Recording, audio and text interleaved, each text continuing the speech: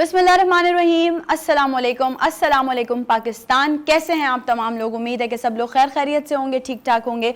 मैं हूं आपकी होस्ट नुदरत मुगल। वेलकम कहती हूं आपको नई सुबह विद नुदरत में, जो कि आप लोग देख रहे हैं वीनस एंटरटेनमेंट पे। एक और नई सुबह का आगाज हो चुका है और हम तमाम लोग आपके सामने हाजिर हैं। तमाम लोग मैंने इसलिए कहा क्योंकि मेरे साथ साथ मेरी टीम भी काम कर रही है और वो भी इसी बात का इंतज़ार कर रही होती है कि कब सुबह के 10 बजें, कब हम आप लोगों से मुलाकात करें, कब हम आप लोगों के लिए कुछ मज़े मज़े के गेस्ट अपने सेट पे बुलाएंगे। पूरी एक टीम की मेहनत होती है जो कि आप लोग एक सक्सेसफुल प्रोग्राम के थ्रू देख रहे होते हैं ऑन एयर। उम्मीद करती हूँ कि आप तमाम लोग जहाँ कहीं भी होंगे खैर खैरियत से होंगे। अल्लाह पाक आपको हमेशा सलामत रखे, अपने प्यारों के साथ, अपने दोस्तों के साथ, अपने उन रिश्तों के साथ कि जिनके साथ आप बेतहाशा खुश रहना चाहते हैं। हमेशा जिंदगी में आप किसी भी कदम पर पीछे ना हटें, कभी भी किसी भी चीज़ में आप पीछे ना रहें। आप तमाम लोग हमेशा खुश रहें, आबाद रहें। बात करेंगे हम आज के प्रोग्राम के हवाले से, बात करेंगे हम आज के टॉपिक के हवाले से। कैसा टॉपिक है जो कि जिस पर जितनी बात की जाए कम है, लेकिन हमने सोचा कि आज कुछ ऐसी पर्सनालिटीज़ भी प्रोग्राम में हम इनवाइट करेंगे जो इस टॉपिक से रिलेटेड हमसे बात करेंगे। अगर हम थोड़ा सा पीछे चले जाएं और पीछे से बात करें तो जब इस्लाम नहीं आया था, कबल अज़ इस्लाम, औरत की जो ज़बू हाली थी, यानी कि औरत की जो पसमानदगी थी, वो तारीख़ का सबसे बड़ा अलमिया है।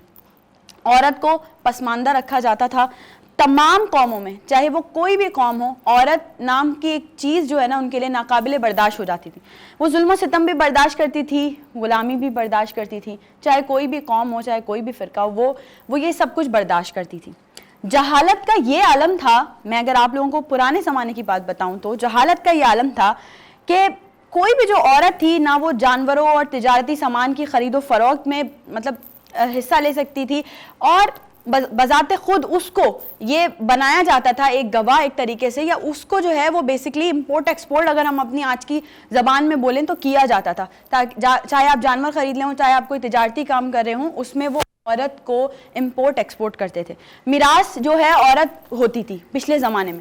हमें मतलब कहते हुए भी इस बात पे शर्मिंदगी होती कि उस माशरे में औरत के साथ हैवानों से भी बदतर सलूक किया जाता था। यानी कि आप ये देखें कि और लड़की पैदा होती थी, उसे ज़मीन में दफना दिया जाता था।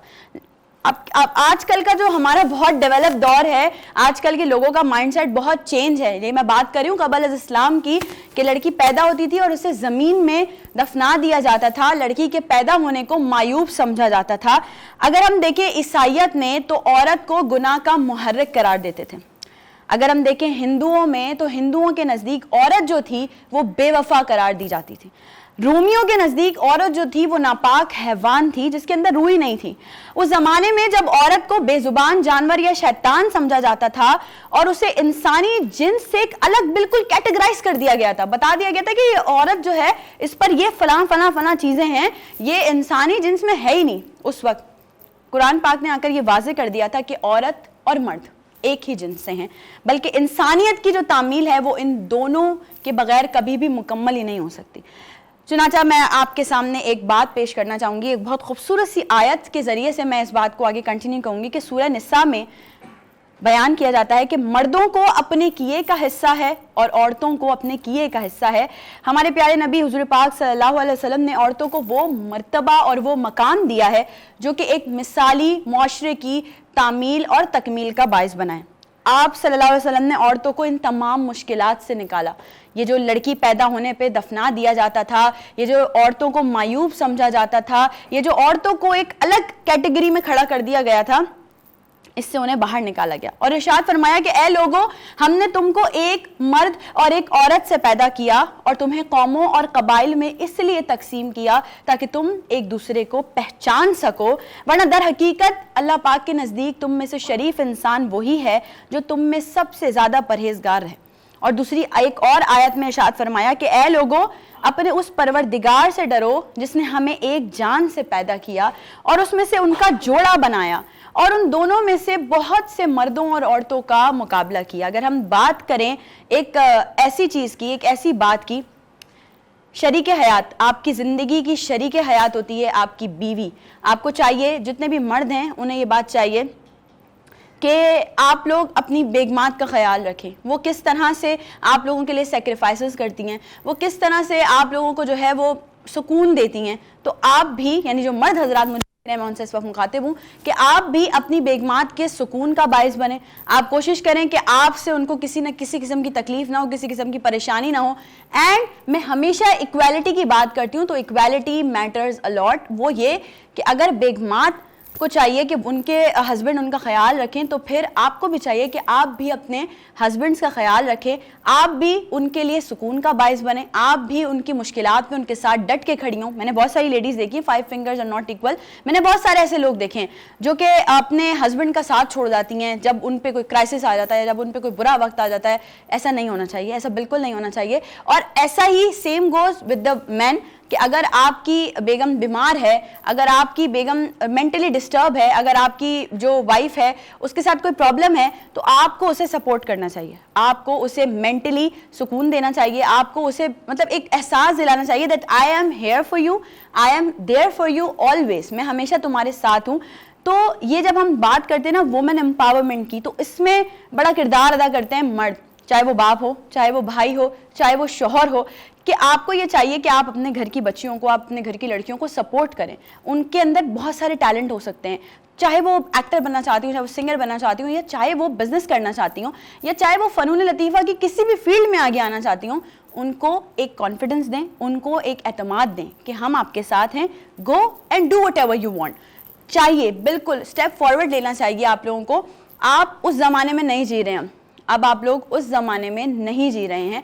अब आप लोगों को सोचना पड़ेगा कि आपकी जो बेटी है, आपकी जो बहन है, आपकी जो बीवी है, वो आपके साथ शाना बशाना काम करना चाहती है।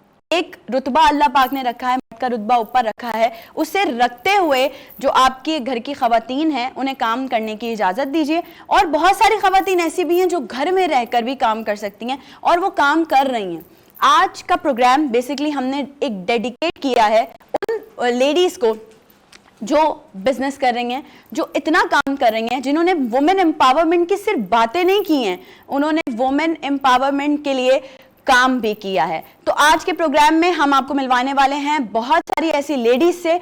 आप लोगों ने कहीं भी नहीं जाना है, जा रहे हैं एक छोटे से ब्रेक पे। ब्रेक के बाद आपको ज्वाइन करते हैं नई सुबह विद नुदरत के साथ।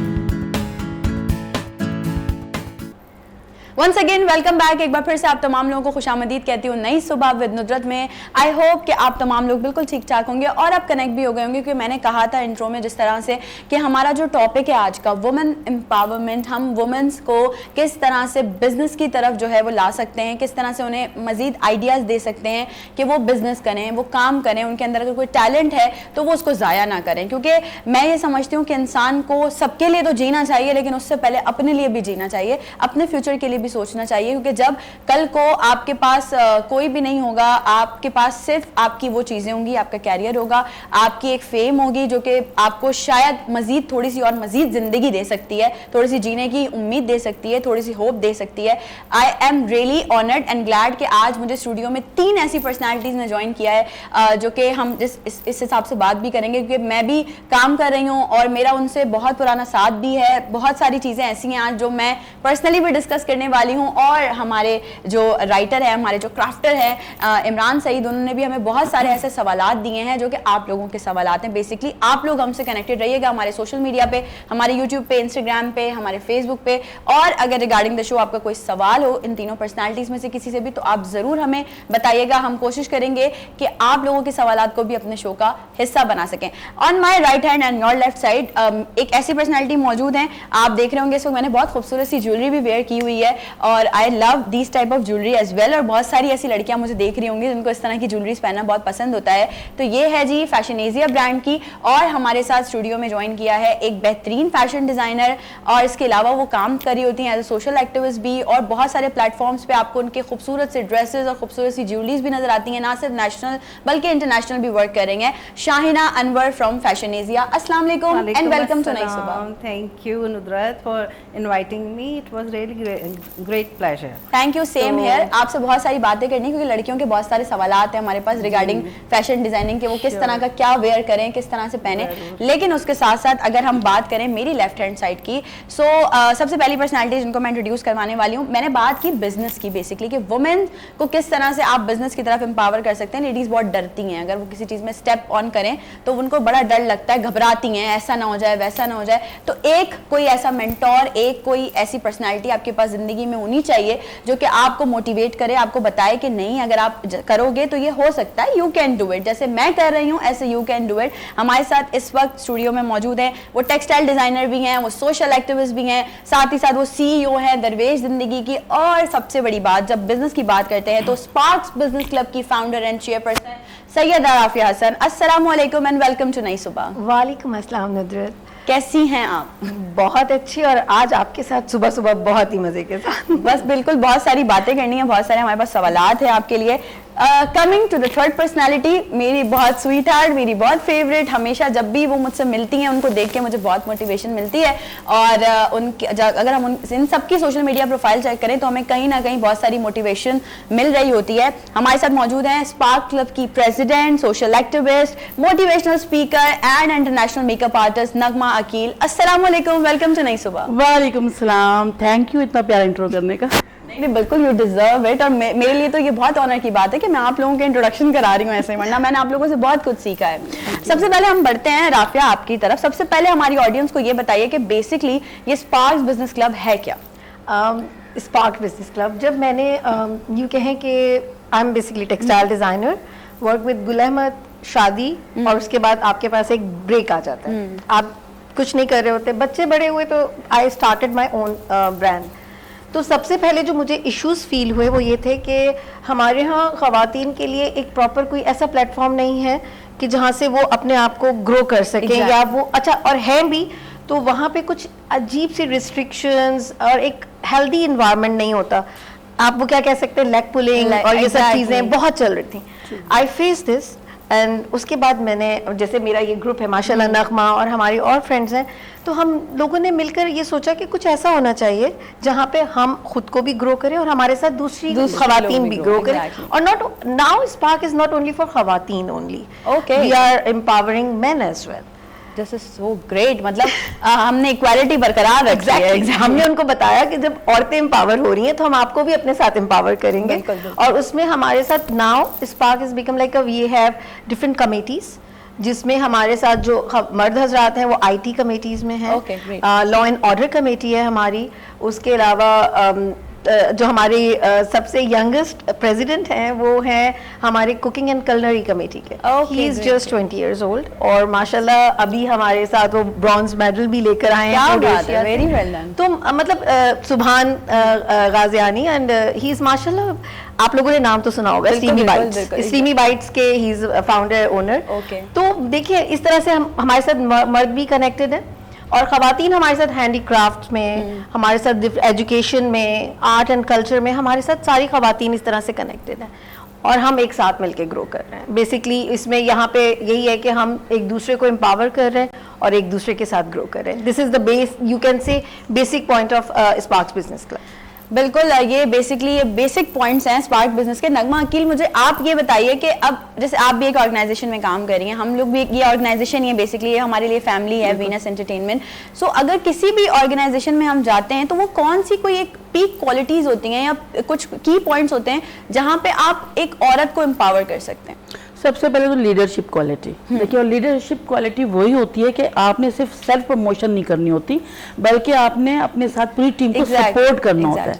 और कभी कभी हमें सपोर्ट जो है जरूरी नहीं कि आप फाइनेंशियली या आप कोई और तरीके से सपोर्ट करो, जस्ट आपकी मोटिवेशनल कुछ टॉक हो जाती है, या आप उनको एक सहारा दे देते हो ना अल्फाजों का कि भाई आप ये कर सकते हो, जैसे आपने शुरू में इंट्रो में भी कहा कि हम सिर्फ खवातीन को ये एहसास दिला दें और ये यकीन दिला दें कि आप सब कुछ कर सकते हो, और उसके लिए सबसे पहले जरूरी होता है कि वो सब कुछ आपने किया हुआ हो, आप गुजरी हुई बीती जब आप बताते हो ना, तन बीती जब दिखाते हो तो अगला ज्यादा मोटिवेट होता है। Exactly. तो हम लोग जाहिर बात है फील्ड पे काम करने वाले लोग हैं, और जैसा कि बताया कि ये क्लब बनाने का मकसद भी सिर्फ यही था कि हमें पता है कि खवातीन में खुद ब खुद अल्लाह ताला ने इतनी क्वालिटीज और एबिलिटीज दी हुई हैं, जस्ट आपने उनको उसका यकीन दिलाना है और उनको एक सहारा देना है खड़ा करने के लिए।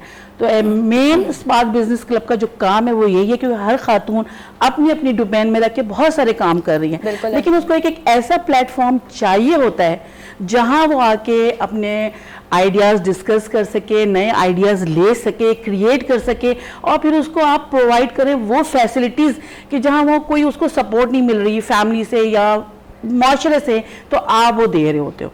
तो ये उसमें स्किल्स आ जाती हैं, आप सिखाते भी हो, बताते भी हो, करके भी दिखाते भी हो, तो बहुत सारी चीजें हो जाती हैं। नहीं, बेसिकली अगर मैं आप ही की बात को कंटिन्यू करूं, हमारे यहाँ एक बड़ा माशरे में अलमिया है, मैं सबकी बात नहीं कर रही, लेकिन अलमिया ये है कि अगर लेट्स सपोज मेरे पास कोई आइडिया है और मुझे वो चीज करनी है, मैं जाऊं अपने पापा के पास बैठूं या अपने हस्बैंड के पास, किसी के पास बैठूं, अपने ब्रदर के पास बैठूं, तो या तो वो सुनेंगे नहीं, या सुनेंगे तो नहीं ये this not gonna work for me, या छोड़ो अरे क्या झंझट है ये, वो इस तरह से करके।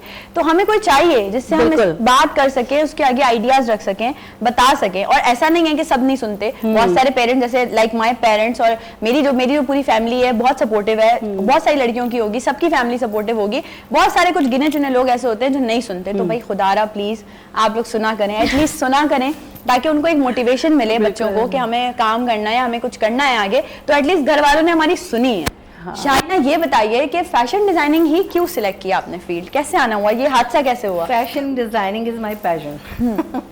तो मुझे ये था कि मुझे कुछ करना है, मुझे फारिग नहीं बैठना है घर में। और मैं अपनी बेटियों को भी मैंने यही कहा कि सबके पास, बल्कि मैं बच्चियों को सबको यही एडवाइस करूँगी कि सबसे पहले तो अपनी एजुकेशन कंप्लीट करें। मोस्ट इम्पॉर्टेंट, शादी is not important, education is very important. तो आप पहले अपनी एजुकेशन कंप्लीट करें, फिर अपने आप को फाइनेंशियली स्ट्रॉन्ग करें, ताकि आप माशरे में कॉन्फिडेंस के साथ सर्वाइव कर सकें। तो मेरे बच्चों ने, मेरे हस्बैंड ने मुझे बहुत सपोर्ट किया और कॉन्फिडेंस दिया। हम जब भी लड़कियां घर से बाहर निकलती हैं तो फैमिली को उनके ऊपर ट्रस्ट होना चाहिए। बिल्कुल ऐसा ही है। तो मुझे ये सब चीज़ें मिली, and thanks to my husband also कि मैं आज यहाँ बैठी हुई हूँ आपके साथ, और सपोर्टिव फैमिली है मेरी। तो बस मैंने फिर अपना फैशन डिज़ाइनिंग का शुरू किया। सबसे पहले मैंने 30 इयर्स बैक ये काम शुरू किया था। तो मुझे था कि एक लखनऊ की चिकनकारी मुझे बहुत पसंद है। तो मेरे पास एक कारीगर खवातीन थी, तो मैंने उनके साथ मिलके कुर्तों की कढ़ाई वगैरह करवाई। 30 years back? 30 years back. Great, okay. तो फिर वो कुर्ते सबको बहुत अच्छे लगे, क्योंकि ज़ाहिर है पाकिस्तान में तो लखनऊ चिकनकारी का कोई कॉन्सेप्ट ही नहीं था। तो उसके बाद फिर मैंने एग्जीबिशंस वगैरह किए काफ़ी, फिर मैं घर से भी एग्जीबिशंस किए, और अभी मुझे 2 साल पहले एक विमेन एंटरप्रेन्योर्स का अवार्ड भी मिला है। ग्रेट। और उसके बाद अभी इस ईयर मैंने अमेरिका में अपना एग्जीबिशन किया, ईद एग्जीबिशन, ईद कलेक्शन ले गई थी मैं वहाँ पे, और जो हमारे अपनी कम्युनिटी के इंडियन पाकिस्तानी थे उनको तो पसंद आया, लेकिन मेरी ज्वेलरी जो है वो वहाँ पे अंग्रेज़ों को बहुत पसंद आई। वो बिल्कुल देखें ना, आप देख लें, आनी भी चाहिए बिल्कुल। वो जिस तरह तो मैं यहाँ से थोड़ी विंटेज कलेक्शन ले गई थी अपनी ज्वेलरी की, तो वो ज़ाहिर एंटीक तो बहुत वहाँ पसंद किया जाता है, तो वो सबको बहुत अच्छा लगा। मतलब ओवरऑल आपका रिस्पांस अच्छा रहा? तो आपने इंटरनेशनल एक एग्जीबिशन की, उसका बहुत अच्छा, बहुत अच्छा। अच्छा, एक सवाल जो मैं ज़रूर पूछना चाहूँगी, बिकॉज अभी रिसेंटली मैं भी फैशन डिजाइनिंग वाले बिजनेस में नई एंटर हुई हूँ। भाई बहुत मसले होते हैं लेडीज के, वो वाला कलर नहीं चाहिए, मैच करना है, ये करना है, तस्वीर में तो ऐसा कलर था, सामने ऐसा है, ये बहुत सारे मसाइल होते हैं। क्योंकि आपका भी एक ब्रांड है, हम सभी कहीं ना कहीं अपने फैशन डिजाइनिंग खुद ही कर रहे होते हैं, तो इस चीज़ पे क्या कहेंगे आप? मुझे भी ये चीज़ ज़रा सी होती है, तंग करती है, लेकिन मुझे ये होता है कि आपने अपना ब्रांड लॉन्च कर लिया, ठीक है, आपने स्टिचिंग करा ली, ड्रेसेस आपके पास कलर कॉम्बिनेशंस भी हैं और साइजेस भी हैं, तो आप बस वही उनको जो है कहें कि मेरे पास यही है, यही चीज़ें हैं, क्योंकि फिर आप अगर कस्टमाइज करेंगी तो कस्टमाइज आपको अलग, मैं कस्टमाइज भी करती हूँ ड्रेसेस, लेकिन आपकी जो कलेक्शन है उसको पहले आपको कोशिश करना चाहिए कि वो पहले सेल आउट हो जाए, उसके बाद फिर आप दूसरी तरफ ताकि वो ये वाली परेशानी ना रहे कि ये ऐसा है और वैसा है, ये हेडेक नहीं होगा। अच्छा, मैं यहाँ पे आपने भी जैसे एक बात की, आपने बोला कि आप अपने हस्बैंड को थैंक्स करना चाहती हैं, तो ये बहुत एक खुशी की बात होती है, आपको इस वक्त प्राउड हो रहा होगा बेसिकली कि आपके हस्बैंड ने आपको सपोर्ट किया। जिनके पेरेंट्स उन्हें सपोर्ट करते हैं उन्हें प्राउड होता है, जिनके भाई उन्हें सपोर्ट करते हैं उन्हें प्राउड होता है। बट मेरी एक छोटी सी बात जो मैं हमेशा हमेशा हमेशा कहती हूँ, भाई वो लड़कियां, वो लेडीज जिन्हें उनकी फैमिली सपोर्ट कर रही है, उन पे अंधा एतमाद करके उन्हें घर से बाहर जाने का मौका दे रही है,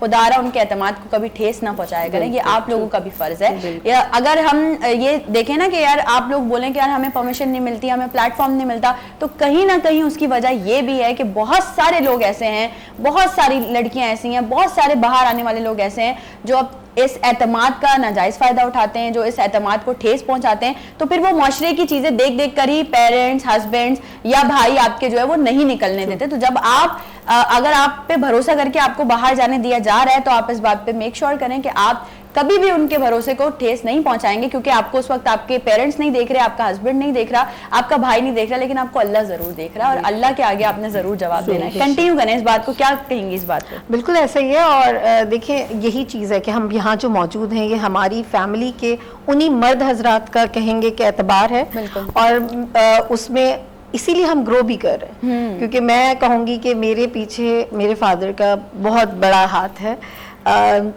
उंगली पकड़ के चलाने से लेकर यहाँ तक। बिल्कुल, अगर वो उस तरह से सपोर्टिव नहीं होते, बिकॉज आई वॉज वेरी डरपोक बच्चा, मतलब यानी कि अब नहीं अब नहीं तो मेरा ये हाल था कि मैं तो उनके मतलब हाथ पकड़ के उनके पीछे रह के चलने वालों में से थी। उन्होंने मुझे फ्रंट पे रहना सिखाया, उन्होंने सिखाया कि मुश्किलों को कैसे फेस करना है। तो मैं अभी रिसेंटली मैंने एक मतलब अवार्ड सेरेमनी, उसके बाद जब मैं घर आई तो मैंने अपने मतलब मेरे फादर इस टाइम हयात नहीं है, तो I just discuss with him in spiritual way कि आपने मुझे आज इस काबिल बनाया कि मैं खड़ी हूँ और मैं हर मुश्किल का डट के सामना कर रही हूँ। तो ये वही बिलीव है उनका जो स्टिल नाउ अभी तक है, वो नहीं है, लेकिन उनका बिलीव मुझे रोज खड़ा करता है, रोज दोबारा उन सब प्रॉब्लम्स को फेस करने के लिए दोबारा से मुझे स्ट्रॉन्ग करता है। तो ये वही चीज़ है जो आपने कही कि हम उन एतबार को लेके कभी उनको मतलब ना करें, ना तोड़ें, उनको बरकरार रखें, और हम उन्हीं की पहचान है। जब हम अपने घर से निकलते हैं तो ये हम अपने घर वालों की पहचान है, हमारे खानदान की हम पहचान है, तो इसको संभाल के रखना चाहिए। अच्छा, एक बड़ा इख्तिलाफ है मेरा भी और सबका भी कि जब वुमेन एम्पावरमेंट की बात करते हैं बड़े लोग चिढ़ भी जाते हैं, यार क्या लगाया हुआ है वुमेन एम्पावरमेंट, वो बस सही है, मिल तो रहे हैं हुकूक। इस टर्म को ना मतलब आप जरा लोगों को बयान कर दें कि भाई ये आप क्यों चिढ़ते हैं? मतलब देखिए, एक चीज सबसे पहले बताऊं, वुमेन एम्पावरमेंट इस्लाम में सबसे पहले दी गई, ठीक है, और हमें उसी पे सबसे ज्यादा अपने लिए स्ट्रगल करना पड़ रहा है। हमारी खातून अव्वल हजरत बीबी खदीजा रजी अल्लाह अन्हा वो बिजनेस वुमन थी, और हमारे नबी सल्लल्लाहु अलैहि वसल्लम वो उनके अंडर काम करते थे। हजरत खदीजा ने स्टार्ट की थी। अब अगर उन्होंने ऑब्जेक्शन नहीं किया अपनी वाइफ के साथ काम करने में, तो मुझे समझ नहीं आती कि ये मर्द हजरात अपनी वाइफ से जेलस क्यों हो जाते हैं या उनको आगे बढ़ने क्यों नहीं देते। वो हर चीज में तो हम कहते हैं, इस्लाम की मिसाल भी हम देते हैं, तो तब हम इस्लाम को क्यों भूल जाते हैं कि इस्लाम ने ही ये जगह दी है औरत को। वुमेन एम्पावरमेंट इस्लाम से आई है, ये किसी और ने नहीं लाई। हमें कहा जाता है ये आप अंग्रेजों का मंजन बेचो, नहीं, ये हमारा जायज हक है जो हमें अल्लाह की तरफ से मिला है। बिल्कुल ऐसा। और इसमें ना तो ये है कि औरत को पढ़ा नहीं सकते, औरत काम नहीं कर सकती, औरत सब कर सकती है। उसे इस्लाम में एक अपनी हदूद में रह के हर चीज की इजाजत दी गई है। इस्लाम में औरत को हर चीज की इजाजत दी गई है अपनी हदूद में रह के। और ये टॉपिक भी कंटिन्यू करेंगे आगे, बहुत और सारे सवालात भी। आपने कनेक्टेड रहना है हमारे साथ सोशल मीडिया पे भी। आप और मैं हम मतलब थोड़ा सा डिस्टेंस लेने मतलब जा रहे हैं छोटी सी ब्रेक पे, लेकिन आपने कहीं जाना, टीवी के सामने से बिल्कुल नहीं उठना। बहुत सारे सवालात हैं, नई सुबह के साथ रहना।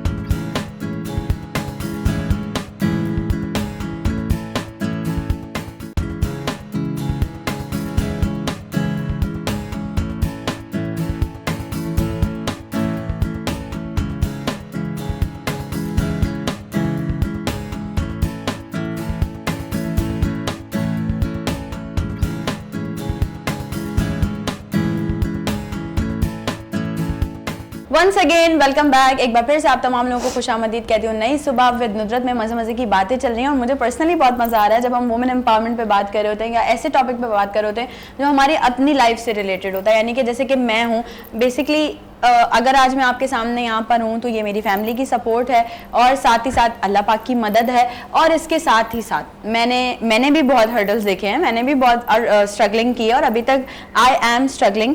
लेकिन मसला ये है कि हमें मोटिवेट किया जाता है, हमें मोटिवेशन मिलती है। कभी कभी कुछ लोग ऐसे भी होते हैं जो जिनको मोटिवेशन ऐसे प्लेट में रख के दे रहे होते हैं, वो ले ही नहीं रहे होते, बोलते नहीं नहीं बस सही है, जो हम सोच रहे हैं ना वो सही है। तो माइंड सेट चेंज होने की बहुत ज़रूरत है, इस वक्त अवेयरनेस लाने की बहुत ज़रूरत है। शायद ना ये बताइए कि पाकिस्तान में आप क्या समझती हैं कि अभी फैशन डिज़ाइनिंग जो है वो अभी उसका क्या लेवल है, क्या स्टैंडर्ड बेंचमार्क क्या सेट हुआ है? पाकिस्तान की जो फैशन डिज़ाइनिंग है वो मेरे ख्याल से इंडिया से बहुत बेहतरीन है। हमारा फैब्रिक बहुत अच्छा है, गुड गुड, फैब्रिक बहुत अच्छा है, कलर कॉम्बिनेशन, कलर वेरिएशंस बहुत हैं। और दूसरी कंट्रीज़ में गई हूँ, मैंने उनके ड्रेसेस देखे हैं, उनके यहाँ कलर्स इतने नहीं हैं जितने हमारे कपड़ों में कलर्स होते हैं। Okay okay.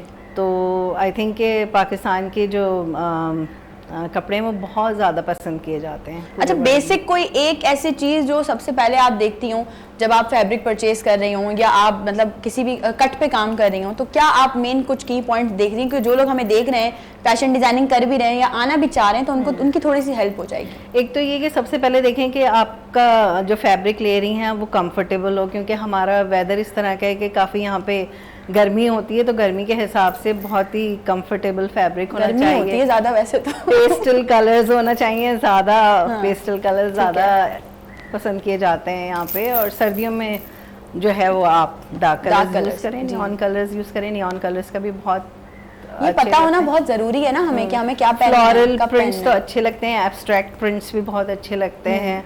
और ये है कि आपके कट्स अच्छे होने चाहिए। जैसे मतलब एक अगर कोई हेल्दी खातून है तो उनके कट्स में ज़रूरी है कि पैनल वाली शर्ट पहने वो, ताकि उससे उनकी थोड़ी स्लिम लुक आएगी जी।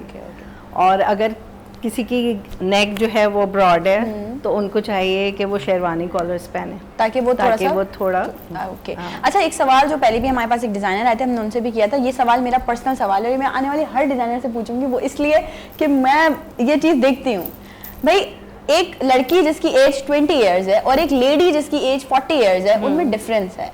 तो हमारी आवाम में से बहुत सारे लोग ऐसे नहीं, उनको ये चीज नहीं समझ आती कि बेसिकली जो ब्राइट कलर या जो ब्राइट कट वो लड़की पहन के वेयर करके बाहर जा रही है, वो अगर आप पहनेंगे तो वो थोड़ा सा आप पे शायद और लग सकता है। मतलब आपको अपनी एज के हिसाब से भी तो ड्रेसिंग करनी चाहिए ना, तो इस बारे में क्या कहेंगे? तो आपको अपनी एक तो एज के हिसाब से ड्रेसिंग करनी चाहिए, दूसरे ये कि आप कहाँ जा रहे हैं। हाँ exactly, this is what I want to say. ठीक है, कौन सी आप पार्टीज़ में जा रहे हैं, उस तरह की ड्रेसिंग आपको करनी चाहिए। दूसरा ये है कि कलर कॉम्बिनेशन बहुत मैटर करता है। तो जो थोड़ी 50+ खातून हैं, अगर ख़वातीन हैं तो उनको थोड़े से लाइट कलर्स की तरफ जाना चाहिए, सोबर ड्रेसिंग करना चाहिए और अपना फिगर देख के ड्रेसिंग करना चाहिए। मोस्ट इम्पॉर्टेंट ये मैं कभी भी नहीं मानूंगी एज अ फैशन डिज़ाइनर। मैं फैशन फॉलो मतलब मैं ट्रेंड फॉलो नहीं करती हूँ, मैं ये देखती हूँ कि मुझे क्या सूट कर रहा है या मेरे क्लाइंट को क्या चीज़ सूट कर रही है, उसका फिगर कैसा है, उस हिसाब से मैं उसकी ड्रेसिंग करती हूँ। ठीक है ना, अगर कोई स्लिम लड़की है तो उसके ऊपर सिगरेट पैंट्स अच्छे लगेंगे, या उसके ऊपर हिजाज, आजकल हिजाज बहुत इन है, वो अच्छे लगेंगे। लेकिन अगर कोई थोड़ी सी बल्की खातून है तो उनके ऊपर हिजाज अच्छे नहीं लगेंगे। तो ये सब सुन लें, आप लोग सुन लें, बता रही हूँ आपको, ये आप सब सुन लें। अच्छा, नगमा अकील की तरफ बढ़ते हैं। मुझे ही बताएं, एक और बड़ा हमारे पास लैक है, हम तो सब एक दूसरे को सपोर्ट करें, आप लोग हैं, हम हैं, हम एक दूसरे के लिए काम करें। यहाँ पे वुमेन्स को सपोर्ट नहीं करती, जड़े काट रही होती हैं उनकी भाई। मतलब साथ तो आप प्रिटेंड कर रही होंगी कि वो आपकी फ्रेंड है, लेकिन वो दर हकीकत अंदर कोशिश कर रही होंगी ये काम खराब। या आप, मुझे ये जो हंसी है ना, इससे अंदाजा हो रहा है कि देयर इज समथिंग तो मैं आपसे जरूर पूछना चाहूंगी कि हम लेडीज क्यों ऐसा करती हैं, पहले तो ये बात, और हमें कैसे एक दूसरे के साथ मिलके, एक वो कहते हैं ना, एक टर्म है इजहार यकजहती, वो कैसे करें हम? देखो, पहले तो नुदरत मैं चाहूंगी कि मैं विमेन एम्पावरमेंट के थोड़ा सा वाज़ेह कर दूं कि है क्या। प्लीज हम अक्सर ये समझते हैं, हमारे जो मोस्टली माशरे में लोग समझते हैं कि शायद विमेन एम्पावरमेंट की जब हम बात करते हैं तो खवातीन को आज़ादी देने की बात हो रही है, जबकि यहाँ पे फाइनेंशियल इंडिपेंडेंस के साथ साथ self determination and social development की बात हो रही होती है। जब अगर आपको social development and self worth पता होगी ना तो ये इश्यूज नहीं आएंगे। घबराहट या खौफ तभी होता है जब आपको अपनी सेल्फ वर्थ नहीं पता होती। देखिए डिजाइनर जैसे हमारे साथ बैठी हुई है, टेक्सटाइल डिजाइनर भी बैठी हुई है, अब हमारे पास कितने डिजाइनर्स हैं, लेकिन हर कोई अपने हिस्से का रिस्क अल्लाह उसको खुद ही प्रोवाइड करेगा। So true, बेशक। जब हम राजिक और खालिक और मालिक अपनी हर चीज का, तकदीर का अल्लाह को बना लेंगे ना तो हमारे खौफ खत्म होंगे। असल में हमें कुछ खौफ मुआशरे के, अपनी कुर्सी के चले जाने का, या अपनी एक जो पोजीशन का, या फिर ये कि शायद ये मेरा रिस्क छीन लेगा। देखिए इंसान के इख्तियार में जो चीजें नहीं है ना, जब तक आपका उस पर पूरा खुद बिलीव नहीं होगा तो आपके ये खौफ भी रहेंगे, आप खुद भी ग्रो नहीं करेंगे और आप दूसरे को भी ग्रो करने नहीं देंगे। ऐसा ही है। और हमारे माशरे में एक चीज और बहुत कायम करने की जरूरत है कि जब आप दूसरे को सपोर्ट करते हैं ना तो अल्लाह आपके पीछे 4 सपोर्टर खुद आपके लिए भेज रहा होता है। तो इसलिए तो अल्लाह ताला ने हुकूकुल इबाद का ज्यादा दर्जा रखा है ना, कि कभी कभी ऐसा होता है कि इस वक्त मुझे ज्यादा चीज की जरूरत है, लेकिन मैं सिर्फ किसी और की जरूरत को देखते हुए पीछे हट जाती हूँ, ये सोचते हुए कि मेरा राजिक, मेरा मालिक अल्लाह है, मुझे कहीं और से नवाज देगा।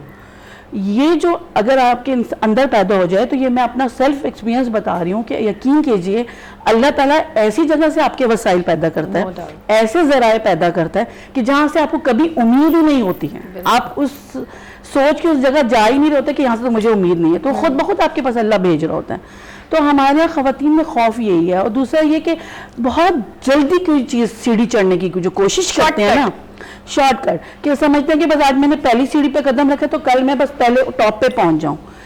हर चीज का एक वक्त है, बिल्कुल हो सकता है ये वक्त आपका ना हो, और अल्लाह ने आपके लिए कोई बेहतर वक्त, बेहतर पोजीशन, बेहतर जगह, बेहतर मयार के साथ रखी हुई हो। बिल्कुल। तो इस सारी चीजों में ये होता है कि अल्लाह पे भरोसा, तो आपको अपनी तकदीर पे, अल्लाह पे भरोसे पे, और सबसे बड़ी बात ये कोशिश। देखिए मेहनत के बगैर कुछ भी नहीं मिलता। जो भी चमकती हुई चीज़ आपको अगर आप फौरन हासिल करते हो तो वो थोड़ी देर के लिए हो सकती है। अगर आपने लॉन्ग टर्म्स किसी पोजीशन पे रहना है या कोई तरक्की, कामयाबी हासिल करनी है तो उसके पीछे आपकी मेहनत, लगन, और आप एक रास्ता इख्तियार जो करते हो तो उस पर कायम रहें। बिल्कुल। हमारे यहाँ लोग ट्रेंड्स पे चलते हैं, आज इसका ट्रेंड है तो ये शुरू कर दो, कल उसका ट्रेंड है तो ये स्टार्ट कर दो। हम खवातीन को यही समझाते हैं, देखिए जरूरी नहीं है कि जो अगला शख्स करके कामयाब हो रहा है मैं भी वही करके कामयाब हूँ। बिल्कुल। हो सकता है मैं उसके बिल्कुल ऑपोजिट काम करके कामयाब हो जाऊँ। तो अपने आप को पहचानना, जो हम कहते हैं ना, सेल्फ वर्थ समझें, आपके अंदर एबिलिटीज क्या है, आपको कौन सी स्किल्स लेनी चाहिए। ये चीज़ें जब तक आप खुद अपने साथ वक्त नहीं गुजारेंगे, अपने आप को समझेंगे नहीं, आपके अंदर ये क्वालिटीज पैदा नहीं हो सकती। बिल्कुल ऐसा ही। तो हमारी जो अवेयरनेस सेशंस या मोटिवेशनल जो स्पीच देते हैं उसके पीछे मकसद यही होता है, पहले अपने आप को समझिए। ठीक है, आपको आना सब कुछ चाहिए। एक खातून है, अगर उसको स्टिचिंग भी आती है, ब्यूटिशियन का कोर्स भी करे, इट्स ओके। क्योंकि मेरा कहने का मकसद ये होता है कि हम सिर्फ कमाने का ही क्यों सोचते हैं। बिल्कुल। ठीक है, अगर मुझे स्टिचिंग आती है या मुझे ब्यूटिशियन का काम आता है तो जो मेरी ज़रूरत है वो मैं खर्च नहीं कर रही, खुद करके बचा रही हूँ, तो वो भी मेरी अर्निंग है। मैं अपने पेरेंट्स पे बर्डन नहीं पड़ रही, अपने हस्बैंड के जेब पे ज्यादा बोझ नहीं डाल रही, तो वो भी अर्निंग है। ठीक है ना, वो से मद में जो खर्च होने वाला पैसा वो मेरी सेविंग्स हो रही हैं। बिल्कुल ठीक है ना। तो औरत को तरीकेकार इसमें बस सिर्फ सिखाने की जरूरत है। हमारी औरतें बहुत प्यारी हैं, बहुत समझ जाती हैं।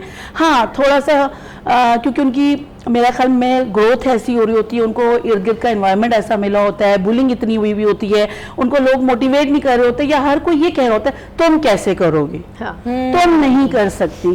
तो बहुत सारे खौफ उनको, जब वो खुद कुछ करने निकलती हैं तो फिर उनको ये होता है कि जल्दी कर लूं, बस जल्दी ले लूं सब कुछ, मैं बस जल्दी हासिल कर लूं। तो अदरवाइज समझ जाती हैं खवातीन, और माशाल्लाह जैसे जैसे शऊर आ रहा है, तालीम मिल रही है, लोगों से मिल रही हैं, इसीलिए कहते हैं सोशल एक्टिविटीज बहुत ज़रूरी हैं। जब आप नेटवर्किंग बहुत ज़रूरी है, जब आप लोगों से मिलते हो, उनको सुनते हो, तो फिर आप बहुत कुछ सीखते भी हो। एग्जैक्टली ऐसा ही है। आपकी तरफ आते हैं, मुझे जरा ये बताइए, जैसे आपने स्पार्क बिजनेस क्लब एक आपने इनिशिएटिव लिया कि जो भी हमारी वुमेन्स हैं, अब तो मेल्स भी हैं आपके पास, तो उन लोगों को जो है एम्पावर किया जाए, उनको उनके बिजनेस को एम्पावर किया जाए। हमारी खवातीन को बेसिकली बाख्तियार बनाने के लिए अभी आपको लगता है कि मजीद सोशल इस तरह की सोसाइटी में चेंजेस, इंस्टीट्यूशंस, इन सब की ज़रूरत मजीद है? बिल्कुल है, क्योंकि उसकी वजह ये कि हमारे यहाँ सबसे बड़ी एक जो इशू है, जो हम देखें, एक सबसे जो मैं कहूँगी क्वालिफिकेशन किसी भी चीज़ की बहुत ज़रूरी है।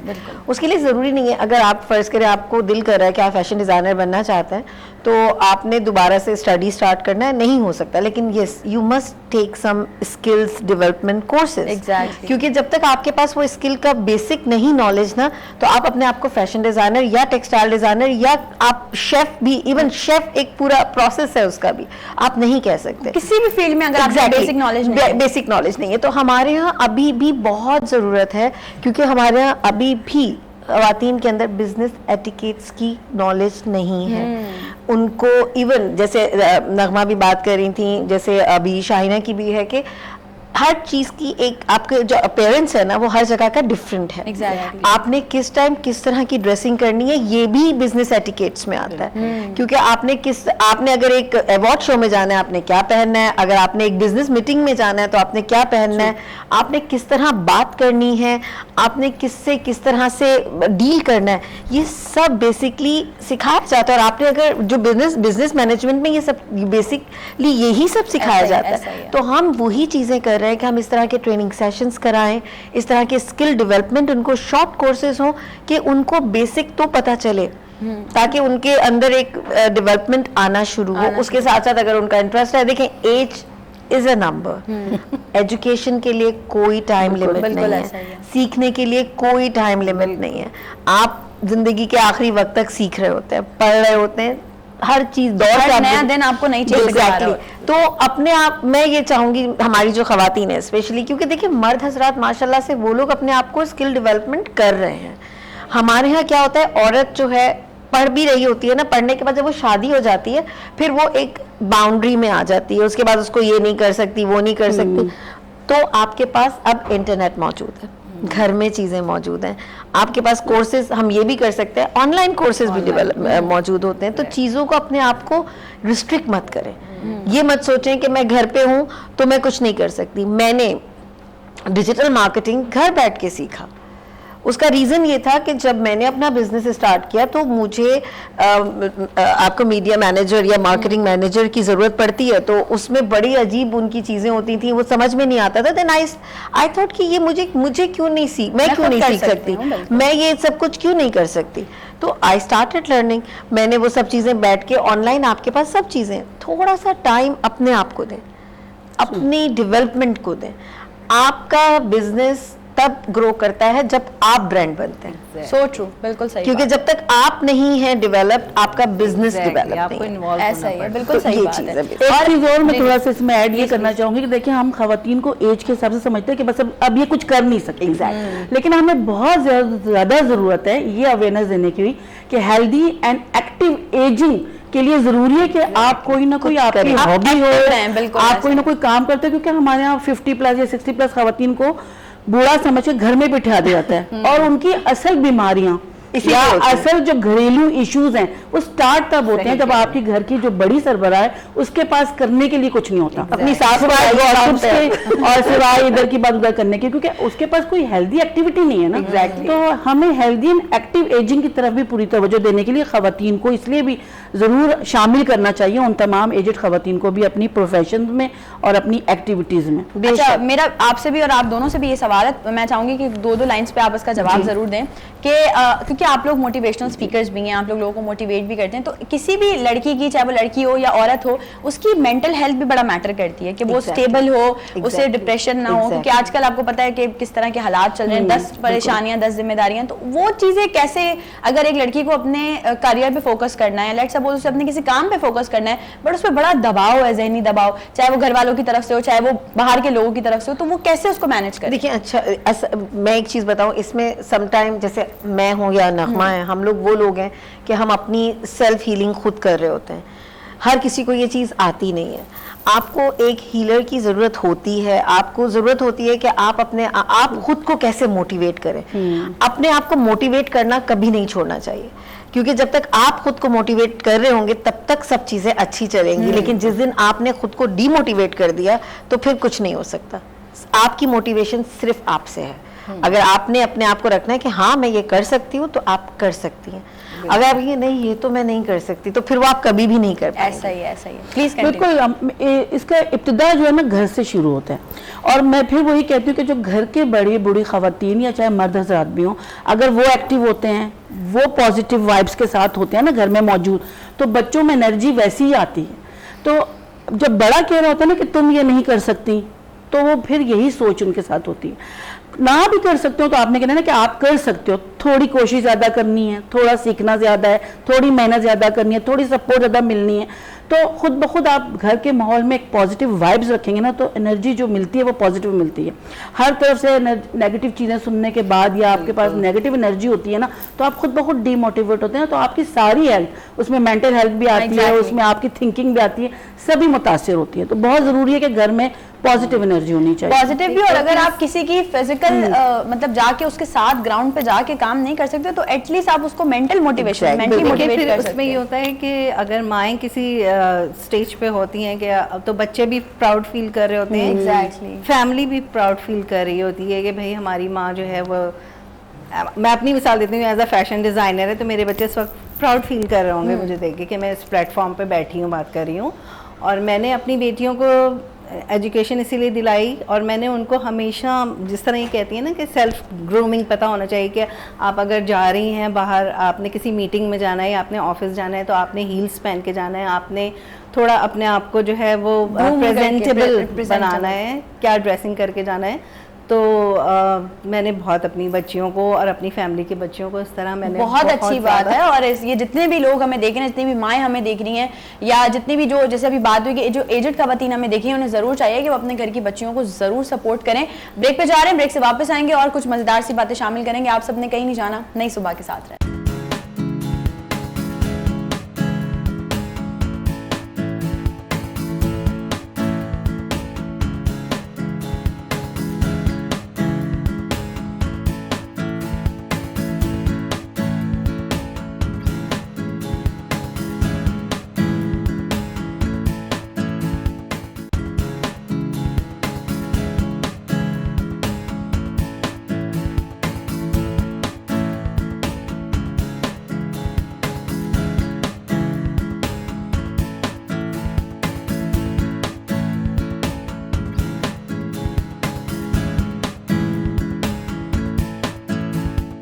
Once again welcome back. एक बार फिर से आप तमाम लोगों को खुशामदीद कहती हूँ नई सुबह विद नुदरत में। एंड आई होप कि आप लोग जरूर एंजॉय कर रहे होंगे आज का शो, क्योंकि बहुत सारी मजे मजे की बातें भी चल रही हैं, और यकीनन बहुत सारी मेरी बहनें, मेरी माएँ और मेरी सहेलियाँ बहुत सारी हैं जो देख रही हैं इस वक्त शो ना, तो वो लोग सब देख रहे होंगे और मोटिवेट भी हो रहे होंगे, उनको जरूर कुछ ना कुछ करने का हौसला मिल रहा होगा, क्योंकि मेरी अपनी फ्रेंड लिस्ट में बहुत सारी लड़कियाँ ऐसी हैं जिन्होंने बहुत हिम्मत हारी है। अच्छा, ये चीज़ मैं जरूर पूछना चाहूँगी राफिया आपसे कि आजकल एक कॉन्सेप्ट है, एक बड़ा कॉन्सेप्ट है जो गलत है। वो ये कॉन्सेप्ट है कि अगर कोई भी लड़की है, वो एक दो बार उसने ट्राई की, किसी चीज में नहीं अचीव कर पा रही, डिप्रेशन हो गया, कोई चीज हो गई, वो अपने आप को सुसाइडल अटेम्प्ट की तरफ ले जाती है। ये क्यों है? इतनी नाउम्मीदी क्यों है?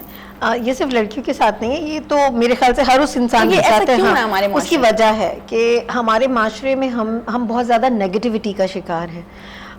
हम अपने इर्द गिर्द के खुद ही उसमें हम खुद अपने आप को एक नेगेटिव सर्कल में क्रिएट कर लेते हैं, हम अपने इर्द गिर्द। तो वही मैंने आपसे पहले कहा था कि हमें पहले खुद को मोटिवेट करने की ज़रूरत है। देखिए, हार जीत और ये गलती शुरू में कहाँ से होती है? हमारे घरों से होती है। आपने फर्स्ट नंबर लेके आना है, आपके मार्क्स अप टू डेट होने चाहिए। A1 से नीचे तुम नहीं आओगी, तुम्हारे मार्क्स सही नहीं हुए तो फिर देख लेना आगे तुम्हें वो चीज़ें फैसिलिटीज़ नहीं मिलेंगी। मेरे घर में ये नहीं है। मेरे बच्चे कुछ भी ग्रेड लेकर आए, मैंने कभी उनसे क्वेश्चन नहीं किया, क्योंकि उनकी जितनी स्ट्रेंथ और जितना उनमें एबिलिटी थी उन्होंने किया, उन्होंने अटेम्प्ट किया। आपको अपने बच्चों को ये सिखाना है कि कोशिश करो, अटेम्प्ट करो। फेलियर आपका एंड नहीं होता है, अटेम्प्ट करना जरूरी होता है। आप एक दफा फेल होंगे, 2 दफा होंगे, नेक्स्ट टाइम आप पास जरूर होंगे, क्योंकि वो आपकी स्ट्रेंथ शो करता है। फिर हमने 2 बार आपने ट्राई किया, आप बेहतर तरीके से। लेकिन हमारे यहाँ प्रॉब्लम क्या है? हमने फेलियर को ना बहुत ही बुरा एक कलंक का कहते हैं ना, वो बना लिया। फेल नहीं होना है, आपने हारना नहीं है, आपने सिर्फ जीतना है।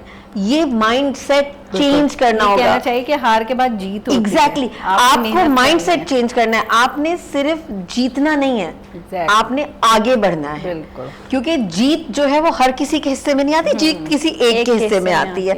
आपको उस जीत को सेलिब्रेट करने का भी होना चाहिए। अगर फर्ज करें नुदरत कल जीत गई तो मुझे नुदरत के खुश होके क्लैप करना आना चाहिए, ना कि मैं जेलस होके बोलूं और पीछे से स्टार्ट हो जाऊं कि नहीं ये कैसे जीत सकती है, मैंने जीतना तो मुझे था।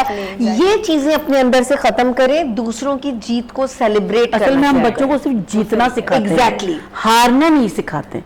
हालांकि हारना पहले सिखाना चाहिए क्योंकि वही आपको ज्यादा मोटिवेट करेगा।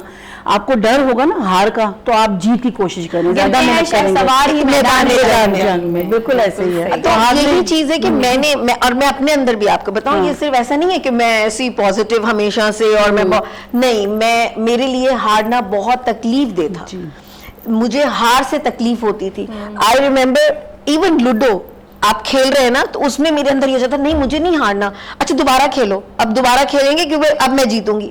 मैंने अपने अंदर से इस जीत को हटाया, क्योंकि जब आप जीत के पीछे लगते हैं तो फिर आप सिर्फ हारते हैं, और जब आप सोच लेते हैं कि आगे हार भी सकते हैं लेकिन हमने तो जाना है, तो फिर आप जीत जाते हैं। जीत की दौड़ में लगते हैं तो फिर आप दूसरों को खींचते हैं। एग्जैक्टली जैसे कि आप राफेल ने माइंडसेट की बात की, तो आप मुझे बताएं, अब ये बड़ा इंपॉर्टेंट सवाल है हमारे लोगों का कि ऐसा कौन सा तरीका है, ऐसी क्या चीज है जिससे ये कुछ मर्दों का जिनको हम बताएं जो ये सोचते हैं उनका ये माइंडसेट बदल जाए कि वो खुद को ना मतलब ये ना समझें कि भाई ये हमारी कॉम्पिटिटर बन गई है औरत, या हमारी वाइफ जो है कॉम्पिटिटर हो गई है, हमारी मुकाबले पे आ गई है, बल्कि वो उनका प्रॉपर साथ दें, स्टेप बाय स्टेप उनको सपोर्ट करें। वो एक कौन सी ऐसी चीज है जिससे ये माइंडसेट चेंज हो मर्दों? अच्छा, इसमें हमारी खवातीन का बहुत किरदार है क्योंकि हम तो एक फील्ड में रहते हैं और खवातीन से बहुत मुलाकात रहती है। तो ये जब खातून कोई एक पोजीशन पे आ जाती हैं या सेल्फ कहना चाहिए कि इंडिपेंडेंट हो जाती हैं, तो वो उनका थोड़े से रवैयों में ना वो मुकाबलाबाजी पहले वो स्टार्ट करती हैं, क्योंकि हमारे यहाँ मर्द थोड़ा सा इसमें पीछे हैं, लेकिन वो आगे बढ़ते दे रहे हैं ना कि आप उनकी कुर्सी नहीं छीने। देखिए हमारे यहाँ हम जब खवातीन से डिस्कस करते हैं ना, तो सबसे पहले वो टेबल वाली चेयर बदल लेती हैं। जब वो नेक्स्ट टू हस्बैंड या नेक्स्ट टू किड किसी बैटरी होती थी तो वो आती है कि नहीं अब तो मेरी भी, क्योंकि उनके अंदर एक चीज पैदा डेवलप हो जाती है कि मैं भी कुछ हूँ। बहुत सीरियसली आपने बहुत पॉइंट, मैं कुछ हूँ जरूर समझना चाहिए, लेकिन जो मुझसे पहले जिन्होंने मुझे कुछ बनाया है पहले वही रहेंगे। देखिए अल्लाह ताला ने जब कुछ हैसियत या कुछ मकाम दर्जा ऊपर रख ली है ना, तो उनसे ऊपर जाने की कोशिश ना करें कभी नहीं। लेकिन फिर बात हो सकता है, शोहर हो सकता है, करूंगी हो सकता है, जरूरी नहीं है। ऐसा भी जरूरी नहीं है कि हर औरत जो है वो इस तरह से करे। ऐसा भी होता है कि वो मर्द हजरात चाहे वो सपोर्टिव, लेकिन उनके अंदर एक जेलसी फैक्टर ऑटोमेटिकली आ जाता है जो उनको खुद भी निकालना है, कि वो उनको एक तरह से हो जाता है। अगर वो कितना भी कर ले औरत, वो अपना 100% कोई माइंडसेट की बात की ना, हाँ, इस माइंडसेट को चेंज दोनों तरफ टाइम लगेगा, ये दोनों को चेंज होना पड़ेगा कि आपने एक्सेप्ट करना है, दोनों ने एक दूसरे की के जो कहते हैं ना कि आपको एक जो लेवल है, हस्बैंड की जगह को औरत ने एक्सेप्ट करना है और औरत की जगह को हस्बैंड ने एक्सेप्ट करना है। बल्कि हस्बैंड्स को ज्यादा वो करना चाहिए कि औरत जो है वो उनका हाथ बटा रही है। एग्जैक्टली हम अभी ब्रेक में यही बात कर रहे थे राफिया से, हम बेसिकली औरत को खुद मुख्तारी नहीं देते, हम उनको एम्पावर नहीं करते, और जैसे कि राफिया ने कहा हम इसको जरूर अभी भी डिस्कस करते हैं कि वुमेन एम्पावरमेंट को बहुत गलत वे में लेके जा रहे हैं। बेसिकली हम वुमेन एम्पावर करने का मकसद ये कि कल को अल्लाह ना करे आपको कोई बुरा वक्त आता है तो आपकी बीवी आपके साथ शाना बशाना खड़ी हो, आपकी हेल्प करे। और मैं कहती हूँ उसकी एग्जांपल मैं जो ये आपकी बात का कंटिन्यू करूंगी, कोविड सबसे बड़ी मिसाल है। जब हस्बैंड्स की जॉब खत्म हो गई, जब कमाने के लिए कोई रास्ता नहीं था, कितने हस्बैंड सुसाइडल हो गए थे, घरों में खाना नहीं था, उस टाइम वो औरतें उठी ना। इतनी सारी होम शेफ्स हमें मिली हैं उन दौरान में, जो आपको ऑनलाइन कॉल करने पे आपको होममेड फूड मिल रहा था, आप चीजें हो रही थी। उस टाइम कितने बिजनेसेस चले, और वो माशाल्लाह अभी भी चल रहे हैं, वो ग्रो कर रहे हैं। तो वो चीज उस टाइम नहीं, आप नॉर्मल वे में भी करें ना, आप अपनी बीवी को सपोर्ट करें अगर उसमें कोई एबिलिटी है, आपकी बेटी में, आपकी बहन में या आपकी बीवी में अगर कोई एबिलिटी है, अपने साथ उसको खड़ा करें, वो आपका सहारा बनेगी, आपको आपका सपोर्ट बनेगी। उसको बताएं कि तुम भी मेरे लिए उतना ही इंपॉर्टेंट हो जितना एक बेटा भाई या शौहर इम्पोर्टेंट है, या मतलब एक घर का मर्द इतना इम्पोर्टेंट है उतनी एक बेटी भी। राफिया इसमें माँ का ही किरदार है ना। Exactly. जब अपने बच्चों की वो परवरिश ऐसे ही करेगी ना कि समझाएगी, बताएगी, सिखाएगी, उसको तरबियत देगी कि औरत की अहमियत सिर्फ वही नहीं कि वो घर में झाड़ू पोछा या खाना पकाने वाली औरत है। उसको हमारे इस्लाम ने, हमारे दीन ने उसको क्या इक़दार दी हुई है, क्या उसको रिस्पॉन्सिबिलिटीज दी हुई है। आप तो देखिए ना, हमारा तो दीन हम ये तक सिखाते हैं कि अगर औरत एक बच्ची की तरबियत या परवरिश करने के अपने शौहर से खर्चा भी मांगे तो वो जायज़ है कि मैं जब भी पालूंगी या जब भी फीड कराऊंगी। तो इस्लाम में तो कितना मकाम दे दिया। तो ये इसलिए मैं कहती हूँ कि औरत का किरदार इसीलिए आता है कि उसने तरबियत करनी है, उसने परवरिश करनी है। तो अपने बच्चों की, अपने बेटों की तरबियत इसी तरह करें कि जब वो अपनी बीवियां लेकर आ रहे हो या घर में अपनी बहनें हैं तो उनकी इज्जत या उनका मकाम कैसे बनाना है। आप देखें ना, हम जो प्रोफेशन चूज करते हैं बच्चों के लिए, लड़कों के लिए, तो हम मुश्किल से मुश्किल प्रोफेशन चूज कर रहे होते हैं, लेकिन लड़की को हम क्या कहते हैं, बीए कर लो, टीचर बनना, डॉक्टर बन जाना, हर वो चीज जिसमें कंट्रोल रहे कि बाप भाई छोड़ने जा रहा है, बाप भाई लेने जा रहा है, इंडिपेंडेंट नहीं होने देते हैं हम, वो प्रोफेशन करने देते हैं ना। अच्छा, हम डिजाइनर बनने से, हम ब्यूटिशियन बनने से क्यों रोकते हैं?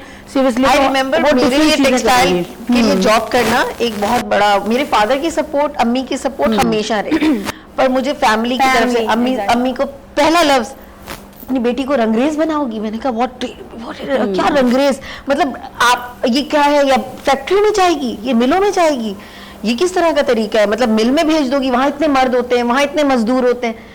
देखिए ये सब आपके अपने अंदर है। आपको जब अपने पेरेंट्स का कॉन्फिडेंस मिलता है ना, तो किसी की जरूरत नहीं है कि वो आपको घूर के भी देख ले। बिल्कुल ऐसा आपके अंदर क्योंकि वो बिल्ट हो जाता है ना, कि बिल्टन होता है कि आपने यहाँ पे मैं कहना जरूरी समझती हूँ कि मर्द का बहुत बड़ा हाथ है। अगर मर्द औरत को सपोर्ट करेगा, इज्जत देगा, तो वो उसकी फैमिली बहुत अच्छे से ग्रो होगी, वो बच्चों की अच्छी परवरिश करेगी, उसके सामने एक पर्सनैलिटी होगी जिसको बच्चे देखेंगे और उससे जो है वो इंस्पायर होंगे। जब हमारे फादर इस तरह से कर रहे हैं तो हमें भी आगे अपनी जिंदगी में आने वाली जो लेडीज हैं, जो लड़कियां हैं, चाहे वो उनकी बहनें हों, चाहे वो उनकी बीवियां हों, तो उनके साथ वैसा ही सलूक करना चाहिए। और ऐसा नहीं है, देयर आर सो मेनी, जैसे कि आपने कहा, और माशाल्लाह से आपके हस्बैंड हैं, फिर आपने भी कहा कि आपके हस्बैंड सपोर्टिव हैं, तो ऐसे नहीं है कि 5 फिंगर्स आर इक्वल, हर कोई एक जैसा नहीं होता, सपोर्टिव भी होते हैं, और वो ऐसे हस्बैंड्स भी होते हैं जो शाना बशाना अपने साथ लेके भी चलते हैं और अपने से ज्यादा सपोर्ट करते हैं। अच्छा, एक चीज ऐड करूंगी आप लोगों को, बहुत से लोगों को नहीं पता होगा, जो मेरे लिए बहुत इंप्रेसिव था। मैं गिलगित गई तो वहाँ पे कुछ इंटरव्यूज वगैरह ऐसे हम कर रहे थे, तो नौशीन बरकत बहुत अच्छी है, हमारी फ्रेंड है, उन्होंने एक चीज़ मुझे बताई जो मैं इसलिए यहाँ ऐड करना चाहूँगी कि हमारे यहाँ हुंजा में वो कहने लगी कि हमारे यहाँ अगर घर में बेटी और बेटा है तो हमारे पेरेंट्स बेटी को पढ़ाते हैं। अच्छा, जबरदस्त। मतलब हुंजा में, और लिटरेसी वैसे भी 100% है, अगर आप वहां जाएं तो वहां पे वो कहते हैं कि हमारे पास पैसे नहीं है तो हम बेटी को पढ़ाते हैं क्योंकि उसने नस्ल चलानी। तो ये देखें कि ये माइंडसेट भी है यहाँ पर। बिल्कुल। और एक ऐसे एरिया में जिसको कुछ भी अंडर प्रिविलेज है, लेकिन वहां आपको जाके पता चलता है। मुझे कभी फील नहीं हुआ, मैं रात के 1 बजे भी अपनी बेटी को वहां अकेला भेज सकती हूँ, मेरे बेटा छोटा वहां पे खेल रहा होता था, मुझे नहीं कोई डर लगा, मैं वहां जाती थी, मुझे कभी फील नहीं हुआ कि मुझे पीछे से कोई अजीब सी नजरों से घूर रहा है, क्योंकि ये चीजें वहां नहीं फील हुई। क्योंकि वहां इसलिए फील नहीं हुई, एजुकेशन है, वो अपनी बेटियां पढ़ा रहे हैं, तभी वो नस्लें जो है ना वो अपग्रेड हो रही हैं, उनकी वो ऐसी सोच नहीं है, वो पॉजिटिव सोच रहे हैं, हर चीज को पॉजिटिव लेकर चल रहे हैं।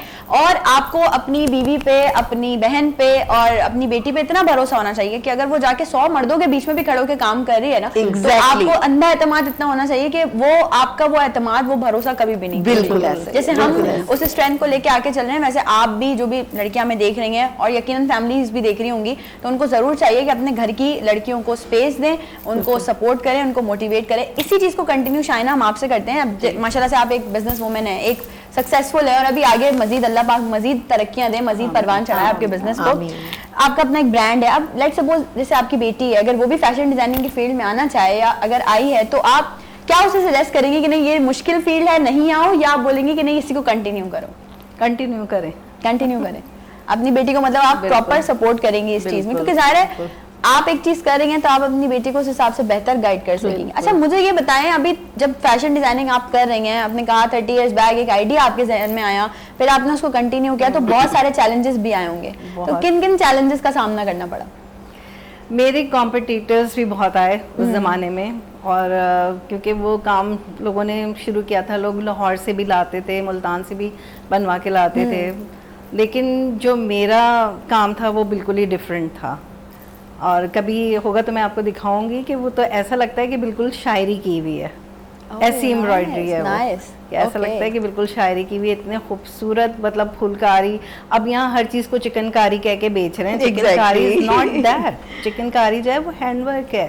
उसमें ये होता है कि वो आपने जो बिल्कुल ऐसे ही। क्योंकि असल में मैं आपसे यूँ रिलेट कर सकती हूँ कि मेरा जो वर्क है वो भी बेसिकली वो मैंने जो प्रमोट किया है वो ट्रेडिशनल हैंड एम्ब्रॉयडरी प्लस गोटा। तो my work is fusion with hand embroidery, उसके साथ गोटा अटैच है, डिफरेंट चीजें। तो वो जो काम है ना वो हाथ से जब तक नहीं होगा, यहाँ तो वो प्रेस वाला गोटा वो मुझे नहीं समझ आती। वो इंस्पिरेशन मिली अपनी नानी से, क्योंकि मेरी नानी उस जमाने में तो ज़ाहिर नानियां एग्जैक्टली सिलाई तो वो अपने गरारे भी सी रही होती थी। Same with me. Quran Sharif का जुज़दान भी वो भी घर में बनता था गोटे से। तो बड़ा अच्छा लगता था। और मेरे पास आज तक उनके हाथ की सिली हुई कुरान की जुज़दान भी है, बच्चों की टोपियां या रज़ाइयां बनाई लगता था। वो एक ट्रेडिशन था हमारा, स्पेशली छठी पे एक गोटे वाला वो बनाया जाता था जिसमें वो एक टोपी और सर पर। तो मैं उसको लेके कंटिन्यू करना चाहती हूँ कि हमारा ट्रेडिशन। अच्छा, हर कोई नहीं सोचता इस बारे में, आसानियों की तरफ जा रहे हैं लोग, ये कर लिया ये कर लिया, हर कोई नहीं सोचता। हम यही करना चाह रहे हैं। देखिए शायद हम अपने हेरिटेज को भूल रहे हैं, और हम वो लोग हैं जो आज भी मोहब्बत करते हैं। ये मुल्क के अंदर एक बहुत ही मतलब वास्ट हेरिटेज है और खूबसूरत कल्चर है। अगर हम उसको हमारा अपना भी अगर हम देखें, जो हमारे पुराने जमाने में नानियां दादियां और वो पानदान वो गरारे वो सब चीजें, वो एक अलग ही की बनी हुई चीजें, तो उनकी एक अलग ही ब्यूटी थी। एक मतलब एक बैठना, आप सब बैठ के साथ खाना खा रहे हैं, जब खाना खा लिया तो सब बैठे हैं, साथ में पान लग रहा है, चाय पी रहे हैं, वो तो एक अलग ही माहौल था ना। तो वो चीजों से हम निकल गए, हम फास्ट फूड पे चले गए, हम डिफरेंट उसमें चले गए। तो शायद इसी तरह से कहीं ना कहीं हम अपने कल्चर को लेकिन जैसे मैंने चटापटी जो है वो कंटिन्यू रखा हुआ है। माशाल्लाह, जबरदस्त, क्या बात। फैमिली के साइज के हिसाब से बड़ी बड़ी रजाइयां, जितनी बड़ी फैमिली के लोग उतनी बड़ी रजाई। ट्रे कवर्स मैंने बनवाए चटापटी के गोटे के काम के, और मेरे पास कुरान का जुज़दान भी है। अच्छा, हमारे अभी भी शादी पे अक्सर हमारी फैमिली जो है वो गरारा बनता है, चटापटी जरूरी होता है। उसमें आपको अपनी एक ना, हमारे यहाँ चौथी में शादी के दूसरे दिन जरूर पहनते हैं चटापटी। तो वही क्या उसमें आपको अपनी ट्रेडिशन की महक आती है। हाँ, बिल्कुल ऐसे ही है। अच्छा राफिया, एक बड़ा इंपॉर्टेंट सवाल है, वो ये कि चूंकि हमने देखा है कि बहुत सारे लोग हैं समाज के नाम पे और इन सारी चीजों के नाम पे, मजहब के नाम पे, रिवाज के नाम पे ना बड़ी रुकावटें पैदा करते हैं लेडीज के लिए। क्या मतलब एक टिपिकल सवाल है कि आपको क्या लगता है कि मतलब एक कानूनी तौर पर उनका मुकाबला किया जा सकता है? देखिए कानून सारे मौजूद है यहाँ पे। अब अगर आप उठाए ना, जब I face some cyber crime related with me, तो I studied about women law कि पाकिस्तान में वुमेन के लिए क्या लॉ मौजूद है। एग्जैक्टली। तो तब मैं हैरान हुई, हर चीज पे लॉ मौजूद था। इवन आप जो आज एक वॉइस मैसेज, मैं आपका वॉइस मैसेज अगर इनको भेज देती हूँ, इस पे भी लॉ मौजूद है। और अगर मैंने आपका करेक्टर डिफॉर्मेशन किया है तो इस पे भी लॉ मौजूद है कि फर्ज करें कि आपके करेक्टर के बारे में मैंने कोई भी बात की, इस पे भी लॉ मौजूद है। पर हमारे यहाँ इम्प्लीमेंट क्या है? फॉलो भी नहीं किया। No follow up. उसका रीजन है, किस औरत को पता है कि मेरे लिए लॉ मौजूद है? अवेयरनेस नहीं है, किसको नहीं पता। तो this is the reason what we started Law and Order Committee in Sparks Business Club to give these awareness कि हम उनको बताना चाहते हैं, खवातीन को बताना चाहते हैं आपके राइट्स मौजूद हैं, आप खड़ी हो सकती हैं, आप लड़ सकती हैं। हमारे पास लॉयर्स भी हैं, हमारे पास उसके अंदर एडवाइजर भी हैं, हमारे पास सब लोग मौजूद हैं। और उसकी रीज़न ये थी कि जब खुद गुजरता है ना इंसान, जब किसी तकलीफ से खुद गुजरता है तो उसे एहसास होता है कि दूसरे के लिए, शायद मुझे ये लगता है कि जब आपकी आवाज़ सुनी जाती है ना, अल्लाह ताला पहले आपको उस प्रोसेस से गुजारता है ताकि एटलीस्ट आप फीलिंग नेचुरली आपने जब दर्द उठाया है तब आप दूसरे का दर्द समझ सकते हैं। तो मुझे ये जितना प्लानिंग जो करनी पड़ी वो रीज़न यही था कि आगे किसी औरत को तकलीफ हो तो हमारे पास एक ऐसा प्लेटफॉर्म मौजूद हो कि वो वहां आए और उसका सारा प्रॉब्लम सॉल्व हो जाए। क्योंकि मैंने FIA के ऑफिस में 10-10 घंटे बैठी हूँ मैं, कोई आपको नहीं मिलता, पैसा सब हो जाएगा। सब हो जाएगा। आपसे इसी चीज को कंटिन्यू करेंगे कि हमने रोज डेली हमें कोई ना कोई ऐसी न्यूज सुनने को मिल रही होती है कि रिवाज के नाम पे कत्ल कर दिया भाई ने बहन को, शौहर ने बीवी को मार दिया। अच्छा, लोग बड़े इस चीज पे बात भी कर रहे थे, नहीं नहीं मसला कुछ और होगा, लेकिन ना ये सामने कुछ और क्या कहेंगे इस बारे में? देखिए, हम हर चीज ना मजहब से जोड़ देते हैं। कुछ रिवाज हैं, कुछ हमारे कल्चर या हमारे माशरती निज़ाम या रवायात ऐसी जुड़ी हुई हैं जो बिल्कुल जिसका मजहब या इस्लाम दीन से कोई ताल्लुक ही नहीं है, वो हमारी अपनी पैदावार है। हाँ। उसके लिए ज़रूरी वही बात तालीम, तरबियत और शऊर की आती है। हम इसी तरह इसलिए अपने प्लेटफॉर्म से ऐसे अवेयरनेस प्रोग्राम्स कर रहे हैं ताकि ख़वातीन को, न सिर्फ ख़वातीन को बल्कि मर्द हज़रात को भी पता नहीं है वो भी कि औरत का घर से बाहर निकलना हराम है मजहब में। तो ये मर्द को कैसे पता है, किसने बताया है? जाहिर बात है उसके पास नहीं है ना शऊर। तो ये हमने किसने दूर करना है इस चीज को? और औरत का अपना एक मकाम, एक किरदार या अपनी लिमिटेशंस क्या है वो कैसे पता चलेंगे? ये बड़ा जरूरी है। बहुत जरूरी है। वो जब घर से निकलती है हाँ। तो आपको चाहिए कि उनको लिमिटेशंस बता दें। बिल्कुल। कि वो हम तो इस शुरू family से ही belong बता करते दें। लाइक हैं, मैं आपको कि ये इसकी limitation इसकी एक बताते मिसाल ऐसी देनी है हाँ। कि मेरे फादर ने मुझे एक चीज बोली हुई है कि बेटा जो कपड़े आप मेरे सामने नहीं पहन के आ सकती ना, वो कहीं भी नहीं पहन कहीं भी नहीं पहन। Exactly. तो ये आपको आपकी बाउंड्री बता दी है कि भाई आप ये चीज ऐसे कर लो। अच्छा, मैं देख रही होती हूँ, अब मैंने जैसे अभी आपसे सवाल किया कत्ल वाली बात पे कि ये हो गया, वो हो गया, सारी चीजें हो गई। कोई लेडी अगर अपने लिए आवाज उठाना चाहे, भाई वो लॉ एंड ऑर्डर को फॉलो करते हुए, जैसे मुझे कोई एक लॉ एंड ऑर्डर पता है, लेट्स सपोज मैं अपने भाई के खिलाफ एक बात करती हूँ कि भाई मेरा एक भाई है और उसने मुझसे ऐसे बात की है, उसने कोई भी इस तरह की हरकत की है जो मैं कानूनी तौर पे एक्शन लेना चाहती हूँ। तो यहाँ पर ये हो जाता है कि आपने एक्शन लिया, आपने सब चीजें की, आपको रातों रात चुप करा दिया या आपको मार दिया। बिल्कुल नहीं, और उस पे आपके खानदान भी आपके खिलाफ क्योंकि असल में उस वक्त वो आपकी जात नहीं, वो खानदान, वो माशरा अपना सोच रहा होता है हमारे खिलाफ चीज उठ रही है या ये हमारे खिलाफ आवाज जाएगी। क्योंकि ये चीजें माशरे में फैली इस कदर है ना कि हर चीज का एक माफिया बन चुका है। हमारे फैली एक और इस अजीब कदर सी है। चीज है, गुनाह आपने किया होता है और कारोकारी में आप अपनी बहन को जाके मार देते हैं क्योंकि कत्ल आपसे गलती से हो गया है। अब आपने इल्जाम लगा रहे हैं कि ये इनका अफेयर था तो इसलिए मैंने मारा है। तो ये भी केसेस, पिस्ते भी औरत ही है। मतलब पिस्ती कौन है? हर हाल में औरत। आपके लिए आपने शुरू में एक चीज कही थी कि इस्लाम जब आया तो औरत कमोडिटी से औरत बनी, एक जीती जागती जिसके अंदर रूह है, जिसके अंदर एहसासात हैं, जो तकलीफ महसूस करती है। उससे पहले तो उसको एक कमोडिटी समझते थे ना, आपको बेच दिया, इसको बेच दिया, भेड़ बकरी भी उससे बेहतर थी, उससे भी बुरा हाल था। आज भी वो हाल है, आज भी आपको कमोडिटी ही समझा जा रहा है। आप कमोडिटी हैं, आप उनकी मलकियत हैं, आप जहां आपको आपकी मर्जी नहीं है। अगर अब हम बात करें, हम में से बहुत 20% खवातीन है जो हमारी तरह बात कर सकती हैं। बिल्कुल ऐसा ही है। 80% अभी तक कमोडिटी है, कॉम्प्रोमाइज करती हैं, कमोडिटी है। वो आपकी वो जीती जागती नहीं है। उनको आज भी कुछ कल्चर्स में औरतों को बेचा जाता है। शादी के लिए वो जाते हैं, वो औरत खरीद के लाते हैं, निकाह अपने घर में आके करते हैं। आज भी बाप रुखसत करते वक्त यही बोलते हैं ना कि अब मर गए, जनाजा आना है। ऐसा क्यों?